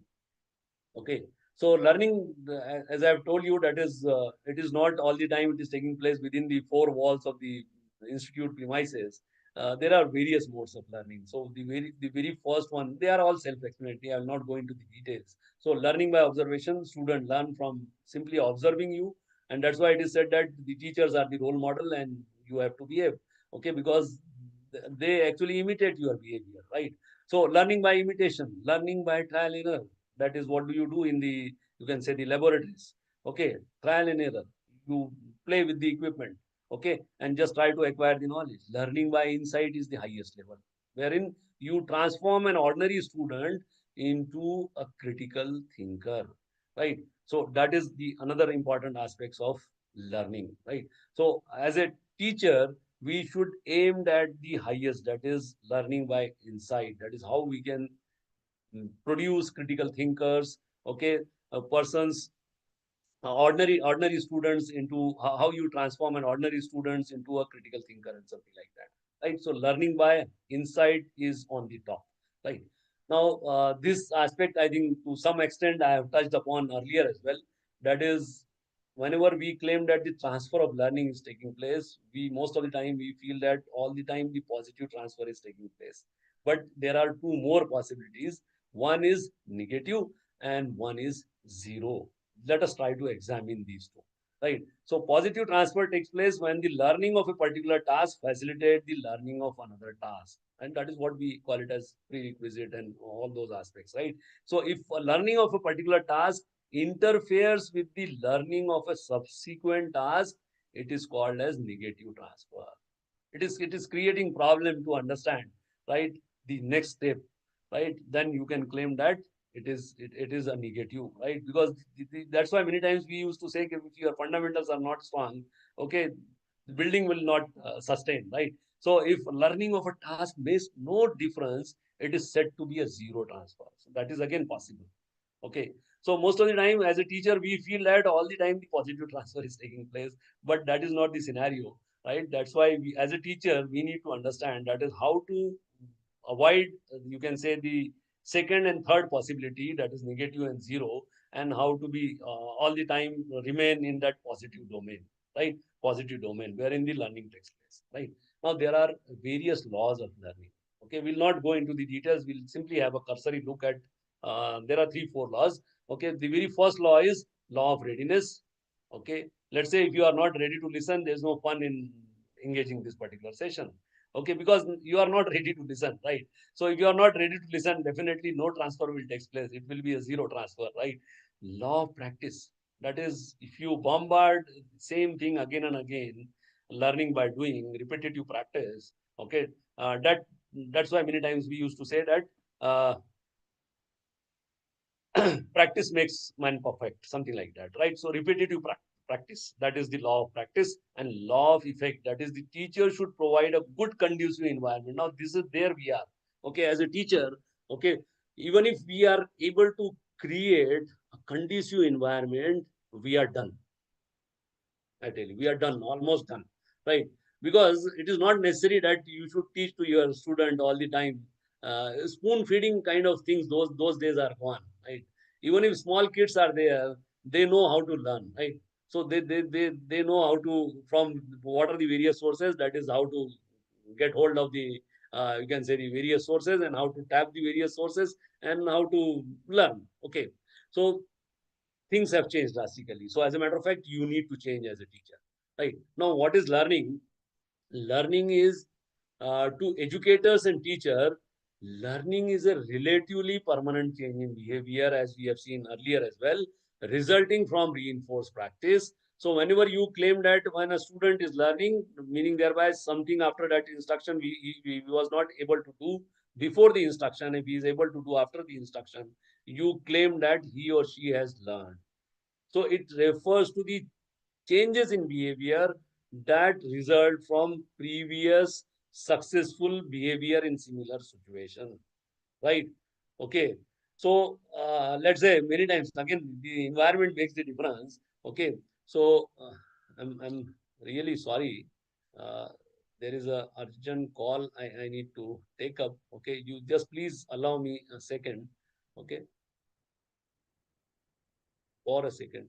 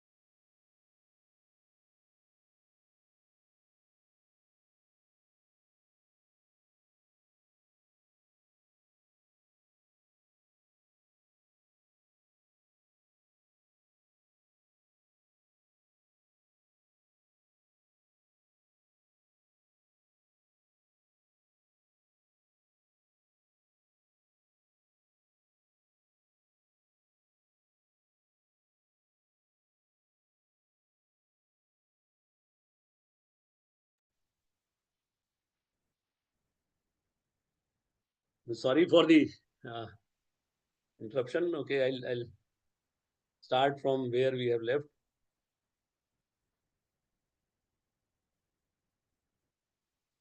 I hope you people are with me.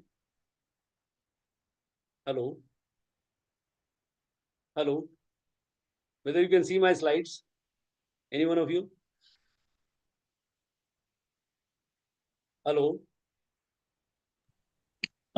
Yes, sir. Acha, theek hai. Thank you. Thank you. Thank you. That is the biggest problem as far as this online teaching is concerned. Okay. Okay. Thank you so much for confirmation. Any one of you just confirm whether you are able to see these slides or not. Right. So whether my slides are visible to you? Hello. Okay. Yes, sir. Yes. Chaliye, thank you. So I was talking about what is learning. That is, I think the reinforced practice. When we talk about that is there is a permanent change in behavior. Okay, so if one is really learning, one's behavior becomes more effective and adaptive than what it was used to be before. Right. So that is what is learning is all about. And let us move ahead with you can say the three domains of learning which I have touched upon in my earlier slides. Wherein I think we need to understand there is one aspect is the cognitive aspect, second is the affective, and the third one is the psychomotor. Right. So cognitive meaning thereby knowledge and intellectual skills. Okay. Affective is nothing but the feeling, emotions, and attitude that a learner will develop. Okay. And the psychomotor aspects are, you can say, learning by doing, kinesthetic. Okay. Utilizing motor skills and the ability to coordinate them. Right. So having said this, we need to understand the underlying theory, which has brought up these three important aspects of learning. Now, if you look at our educational system, okay, we are more focused on the cognitive aspects.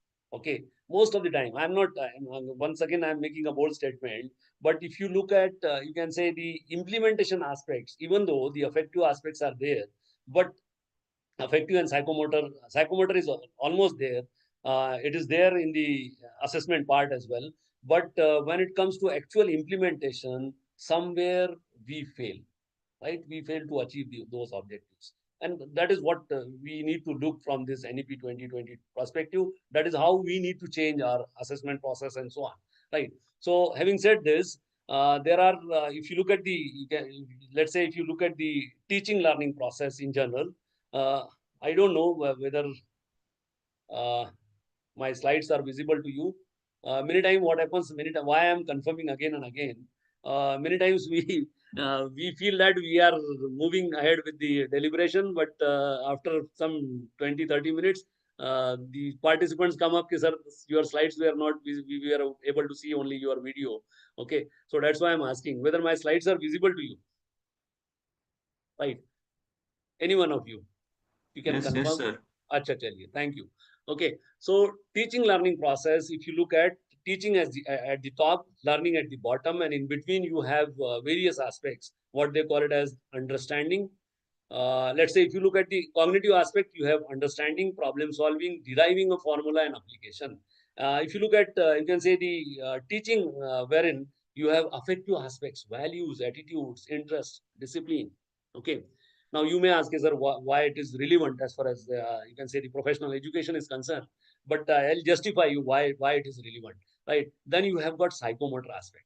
Now, if you look at the psychomotor aspect, wherein we go for what they call it as the practical skills, driving, assembling, painting, and so on, that's learning by doing, what they call it as, right? So even if you look at the implementation aspects of this psychomotor domain, okay, if you look at our examination system as a whole, we give undue emphasis on cognitive aspects. We hardly consider any affective domain aspects, and up to some extent psychomotor is there as the part of you can say the educational system, because practicals are there, but when it comes to really examination and assessment, okay, we do not take it that seriously, and that's why our students are not employable.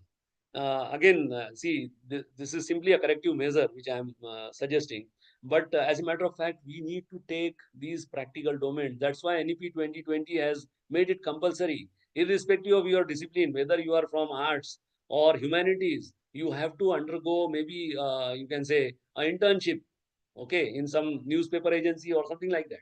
Because unless and until you learn, okay, you apply that knowledge, whatever you have learned, it is of no use, right? It is merely a knowledge, okay? It is merely a knowledge, right? So that's why we need to give equal importance. Now, if you look at the affective domains, that is, if you look at, for example, if you look at the, you can say the placement process in general, okay, you will find that what happens, you will observe that the high rankers are normally, they are not the right pick for most of the companies, right? They pick students in between band, maybe 60 to 70, that sort of thing. Why it is so? And if you ask them, ki, sir, the student pointer is 9.0, but you are not picking up, and you are considering a 7.0 candidate. What's the reason? They will come up with the answer that, sir, even though he is technically very good, but he is not good in attitudes, right? He is not a good fit for a teamwork. And that's why this affective domain is equally important. That's why this affective domain is equally important, right? Now, having said this, we have got three aspects: cognitive, psychomotor, and affective. It is, in short, it is known as knowledge, skills, and attitudes. KSA is the, you can say, the abbreviated version of these three, you can say, the mental development domain: cognitive, psychomotor, and affective, right? Now, if you look at the, you can say, the how these things have evolved, okay, this is the man behind this theory, right? Who is Dr. Benjamin Bloom, okay?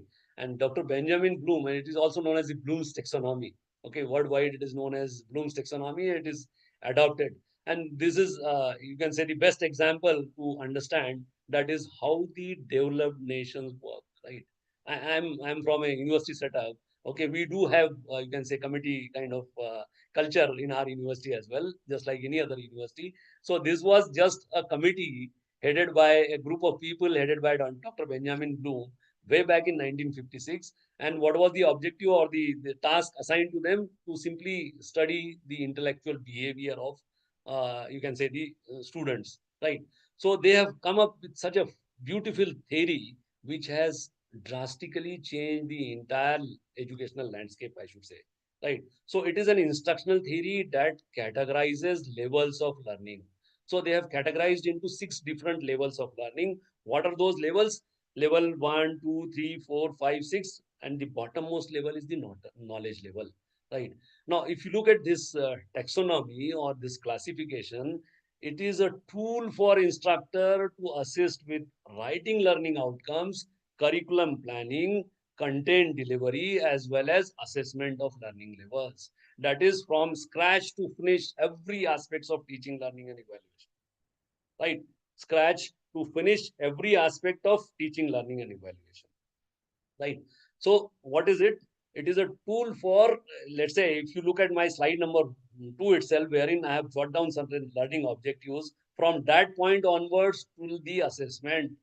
So it talks about everything that is from scratch to finish, okay, every aspects of teaching, learning, and evaluation, right? That's why it is considered as the landmark theory of, you can say, the educational or the learning objectives. And it is also called as taxonomy of learning objectives. So what was their observation when they have conducted some study? They found that over 95% of the test question, when it comes to assessment, student normally require them to think only at the lowest possible level, that is the recall level of information. Now, if you look at any year's question paper, you will find that most of the time we simply judge the knowledge of the student, right? No other things we normally look at. It is hierarchical, which means that learning at higher level depends on having attained prerequisite knowledge and skills at lower level, right? So it is higher level, and higher level depends on having attained prerequisite knowledge at the lower level, and so on, right? So if you look at these taxonomy, at the bottommost level we have got knowledge, okay, then you have comprehension, application, analysis, synthesis, and evaluation. Now if you pick up any of the question paper, right, you will find that at max we go up to level 3, that is knowledge, comprehension, and application. Analysis, synthesis, and evaluation is completely missing, right? And that is the biggest, you can say, problem as far as our education system is concerned. Now, what is the solution? Solution, we'll just try to have a look at all those aspects as well. But each level has a list of action verbs, right? So what he has come up with certain action verbs, which he feel that if you put those action verbs, you can very well come up with a, you can very well come up with a, you can say something foolproof, okay, which will transform the educational landscape. So remember is the lowest level, okay, and each setup builds on the one below level, requiring higher level of thinking and more difficult learning activities. Moment you move from the knowledge level on the in the upward direction, the difficulty level increases. So at the evaluation level, the difficulty is the highest. Okay, and that's why normally we avoid when it comes to you can say assessment and so on, right? So if what they have done, they have come up with skill definition and keywords wherein knowledge, comprehension, application, analysis, synthesis, and evaluation is there. You have got, if you look at the right hand side, you have got certain keywords wherein identify, describe, name, label, recognize, reproduce, follow, and so on. These things are there. Then you have summarize, convert, defend, paraphrase. Okay, application up to some extent, these sorts of words are there, that is build, make, construct, model. Okay, but I hardly find anything like, say, you can say the appraise, critic, judge, justify up to some extent is there, but again when it comes to actual evaluation, again it is being ignored by the evaluators, right? So having said this, we need to adapt this in our education system. Okay, so how to use Bloom's action verbs to write learning outcomes? That is, if you look at my slide number 2, wherein I have jotted down certain learning objectives. For that purpose, again, I can use all those action verbs. Okay, use Bloom's level to structure course content. That is, I think Professor Apparao must have talked about. That is the curriculum design, curriculum mapping, and so on. How to use Bloom's to assess or measure. That is our focal point. That is how to assess and measure student progress and so on. Right. So having said this, I'll not go into the details of analyze, evaluate, create. Okay. The idea behind putting all these things here is that is we need to be equipped with, you can say, the underlying philosophy. Then and then you will be able to, you can say, come up with some papers, some question papers or some quality question paper, I should say, more specifically. Now, how to structure course content? Okay, once again, Bloom's level to plan, maybe begin at the lower level and gradually you need to move upward. Okay, that is how to move from lowest level to the highest level and so on. Okay, and then how to map these learning outcomes, then test, blueprint, and curriculum mapping. Okay, so these things should go hand in hand, as a matter of fact. Okay, and that's why whenever you must have observed, that is whenever NAC people, they visit your institution, they ask for the question paper first. So from the question paper itself, they can very well understand in which on which particular level you are working, as a matter of fact, and then they come up with their comments. Okay, wherein you need to improve upon and so on. Then what has happened gradually? This Bloom's taxonomy has been revised by one of his student called as Lauren Anderson. So he has come up with some revised Bloom's taxonomy, wherein he has made, as a matter of fact, only 2 changes. The only one change which, sorry, one change is minor, whereas one change is major, as a matter of fact. So what he did, he has changed the names in 6 categories from noun to verb. We have knowledge, that knowledge he has changed to verb. Then he has interchanged the 5th and the 6th level.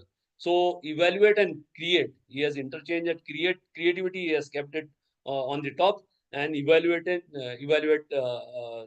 the 5th level, right? And that is very obvious. And this taxonomy is known as revised Bloom's taxonomy, and it is worldwide. It is accepted by almost all the educational institution. It is being adopted. Okay, so if you look at this revised Bloom's taxonomy, we were having knowledge over there. Now that has been changed to remember, then understand, apply, analyze, evaluate, and create. Right. So remember, understand, apply, analyze, evaluate, and create. So all those things, analysis has been changed to analyze, okay, evaluate, and so on and so forth. Right. Now you have knowledge dimension. Okay. Now again, we talk about, that is, we are working at knowledge level, right? So knowledge dimensions, as a matter of fact, you have again 4 categories of knowledge: factual knowledge, conceptual knowledge, procedural knowledge, and metacognitive knowledge. And it is very relevant. Okay, again, we work at the bottommost. right? So most of the time we worked at the basic elements. The student must know, that is the factual knowledge, right? So you need to work on the higher level, that is the conceptual knowledge. What kind of relationship exists between the elements? Procedural knowledge, that is how to transform, that is how, what kind of relationship is there, and then which particular procedure is to be adopted for getting the appropriate results. Then metacognitive knowledge, that is knowledge of cognition, right? Knowledge of cognition, right? So knowledge of one's own cognition is because my cognitive level is different, your cognitive level is different, and so on, right? So having said this, even knowledge can be categorized into 4 more categories, right? And the unfortunate part is most of us, again, we work at the lowest level, that is the factual level, right? So having said this, let us try to have a look at, rather a cursory look at what they call it as the Kruthol's taxonomy of affective domain, right? Kruthol's taxonomy of affective domain, wherein I think in affective domain, we have, as a matter of fact, 5 various categories. Once again, you have got a category called as receiving, then responding, valuing, organization, and characterization, right? So they are all, almost all, they are self-explanatory. That is receiving, when the receiving refers to the student's willingness to attend, okay? Responding, when they are interacting with you, to active participation on the part of the student, that is responding. And valuing is worth or value a student attaches to a particular object, right? So that is valuing is all about. An organization bringing together different values, resolving conflicts between them, and beginning the building of an internally consistent value system, right? And characterization is by value, is the individual has a value system, okay? That is again giving due importance, okay? You must have been talked about when somebody must have talked on Indian knowledge system, and so on, right? So all those aspects are equally important, what I intend to say. Now let us come to our, you can say, the actual discussion, okay? That is how to use Bloom's taxonomy to assess. Let's say if you set multiple choice questions, as a matter of fact, you are working at the Bloom's level 1. Okay, remember. Okay, if you are working at, you can say you are setting up some summarize an article sort of question, you are working at Bloom's level 2, that is understand. And C is analyze case study.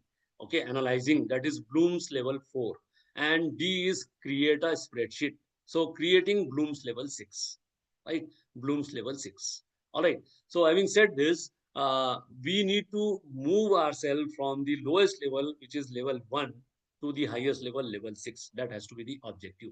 But before moving ahead with all those aspects, we need to understand what are the problems we are facing when it comes to assessment in technical or higher education in general, right?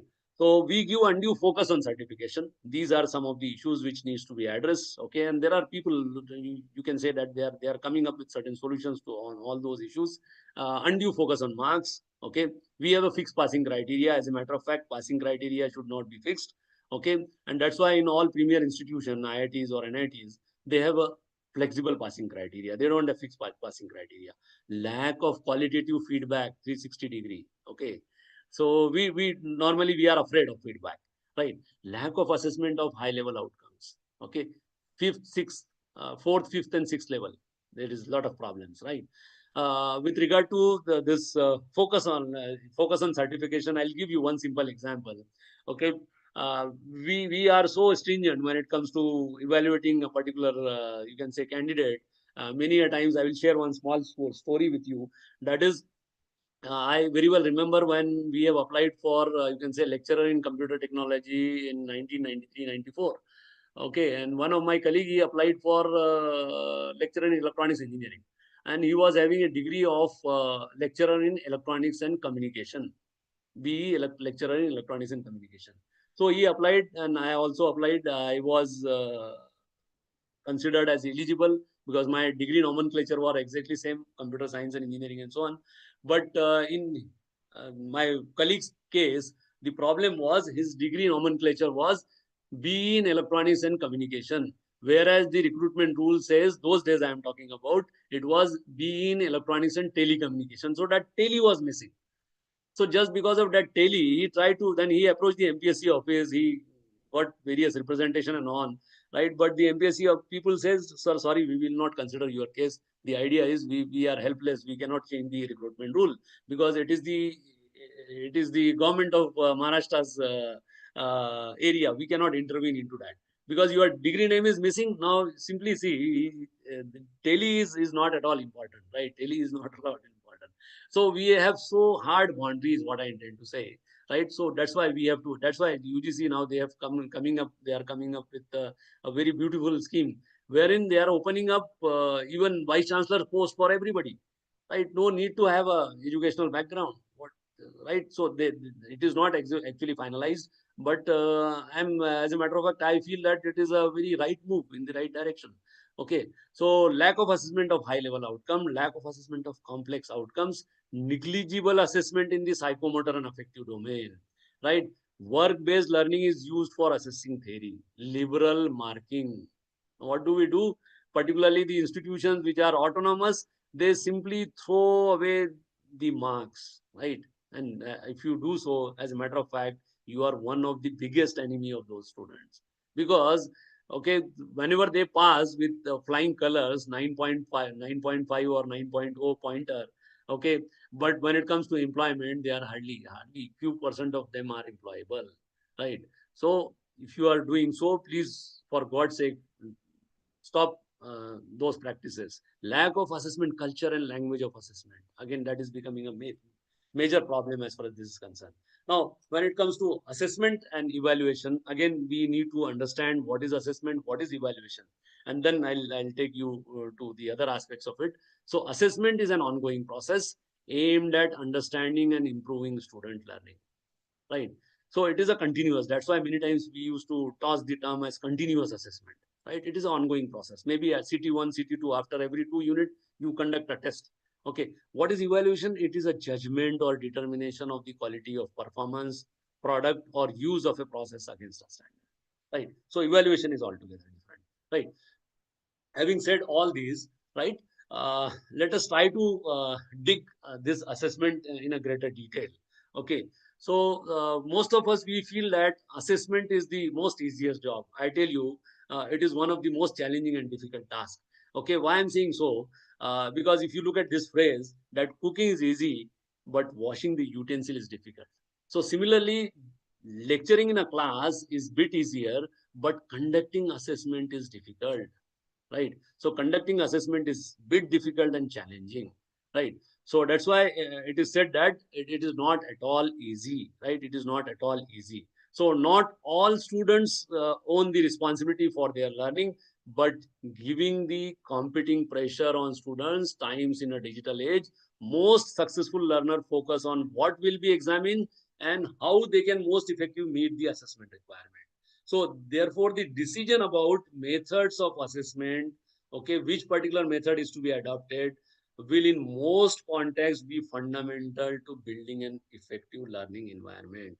That's why I feel that this is very important, which method you are adopting. Again, you have a number of methods. We'll just try to have a look at those things. But before that, we need to understand what is the role of technology, right? I have promised you that I'll offer you tea in between. So this is your T is coming up. That is technology enabled assessment, right? What is it? It encompasses the use of computers to deliver, mark, assess, and analyze assessment, right? Assessment or examination, right? Suitable for objective testing, which includes MCQs, match the following true or false, or put it in simple for questions that have a clear correct or incorrect answer, right? So you can have something like, say, subjective assessment where faculty intervention is required. Earlier, there were problems with regard to the subjective assessment. Now, most of the tools, they are well equipped with having all these subjective assessment kind of functionality inbuilt in them, right? So that is not an issue nowadays. You have a diagnostic assessment, right, which is basically carried out to understand where the learners stand. Okay, normally you approach the doctor when you suffer from some or the other problem, health issue. Okay, the doctor will diagnose you. Okay, on the parallel line, you have some certain diagnostic tools as well. You have summative assessment, okay, which is to be carried out at the end, right? You have integrative assessment, right, on digital devices. So all these aspects are there, and you have various tools, I should say, you have thousands of tools on diagnostic assessment. Some of the tools you must be using, like say Google Forms, okay, hot potatoes, Plickers, formative assessment, Classic, hot potatoes, Answer Garden, and so on. Right? For summative assessment, hot potatoes is there. Okay. For feedback, again, you have Classic. Okay. For project work, laboratory work, you have Rubister ePortfolio. And for collaborative learning assessment, once again, you have got ePortfolio, Flipgrid, Jeopardy Labs, and so on. Right. So out of these tools, we will just try to examine few of them. Okay. If time permits. Okay. But before moving ahead with that, we need to understand, that is how to identify whether a particular tool is good or bad. Okay, so you have a model, what they call it as the SAMR model, which has been developed by Dr. Ruben, and which is a framework for examining how technology is adopted in a classroom. So it is an analytical tool. Okay, so if your tool satisfies this SAMR criteria, it is SAMR stands for 4 different characteristics. S stands for substitution. You can claim that that particular tool is the standard tool. So substitution, student can fill out the forms online instead of using paper and pen. Augmentations, teachers can curate the students' responses on the spreadsheet automatically. Okay, so moreover, absent student also can complete the Google form out of school. Okay, this facility is once again there in Google form. So you can very well claim that it satisfies the first 2 criteria. Modification, teachers and students can collaboratively analyze, contrast, and compare the results immediately after individual fill out the forms. Redefinition, right? So redefinition, teachers can fill out, you can say teachers can reach unlimited learners all around the world and can share the results with them. So this facility is again there in Google form. Okay, so you can very well claim that all these features are very much present in Google form. So in short, Google form is a standard tool. So on the parallel line, we have thousands of tools. Some of the tools we will just try to examine if time permit. So one of the basic tool is what they call it as the hot potatoes. Right, hot potatoes is one of the you can say the tool which you can use without any problem, because it is a freeware, and as a matter of fact, it is a bundle of tool. Right, it is a bundle of tool. One it is comprised of 6 different utilities. One is the JQuiz, second is JClose, third is JCross, fourth is JMatch, and the fifth one is JMix, and the sixth one is the JMasher. Right. We will have some hands-on on this particular tool. So the last one, that is the JMasher, it is basically used for creating one unit. Let's say you have created 5 different exercises using 5 different utilities. Okay, and if you want to launch it as a one single unit, so you can use JMasher for clubbing it. Okay, so that is what is there on you can say the agenda. That is hot potatoes 7. Right, I'll demonstrate you in this session. Right. Apart from this, these are some of the screenshots for how to create a quiz. Okay, then the fill in the blank sort of exercise. A crossword can be very well created using this one. Okay, match the following sort of exercise. Again, one can create, and you have you can say the jumbled sentence sort of exercise. Again, one can create using JMix. Okay, and so on. JMasher, the functionality, I think I have already told you. What are the key takeaways as far as this session is concerned? Okay, do not work at the lowest level. Try to how to move from the lowest level, that is level 1 knowledge level, to the highest level. That is one of the most important aspect as far as this session is concerned. Okay, so with this, if you have any queries, you can fire it now. Okay, but what has happened? Okay, actually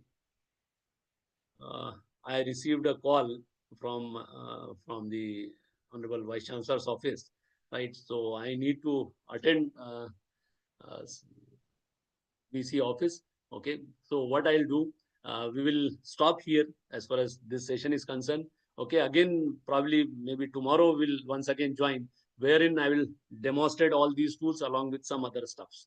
Okay, so but before concluding, I would love to take 1 or 2 questions if there are any. Right. So the demonstration part we will, because it will require again half an maybe one hour or so. Right. So that demonstration part, because yesterday again we were having 1 slot missing. Okay. So that slot we will have to compensate. So maybe today or tomorrow we'll compensate it. as per your convenience. Okay. But if there are any questions, I'll be happy to answer. Yes. Hello. I don't know how many of you are with me. Around 65 odd participants are there. Okay. There is some urgency, so I need to stop here. But if there are any question as far as whatever theoretical stuff we have seen, okay, the demonstration of the tools are remaining. Okay, that we will maybe, if possible, today itself. Okay, in evening we will once again gather on a short notice. Okay, I'll put the link on the you can say the WhatsApp group, or otherwise, if it is not possible today, then tomorrow we'll have some session, maybe in the morning, right? But as I have told you, if you have any question, whatever I have talked about, okay, I'll be happy to answer. So the forum is open for discussion.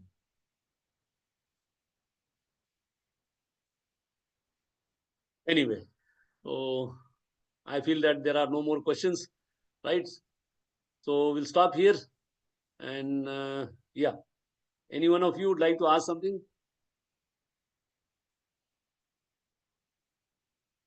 Okay, chali. So I'll keep you updated on the WhatsApp group. Okay, we'll meet once again for maybe 1.5 hours. Okay, wherein I will demonstrate all those tools. Thank you very much for a patience hearing, and sorry for the inconvenience because I have to rush for the office. Okay, to attend the honorable principal's call. Thank you very much. So see you tomorrow. Probably a timing will be notified to you on the WhatsApp group. Thank you very much. We'll stop here. Okay.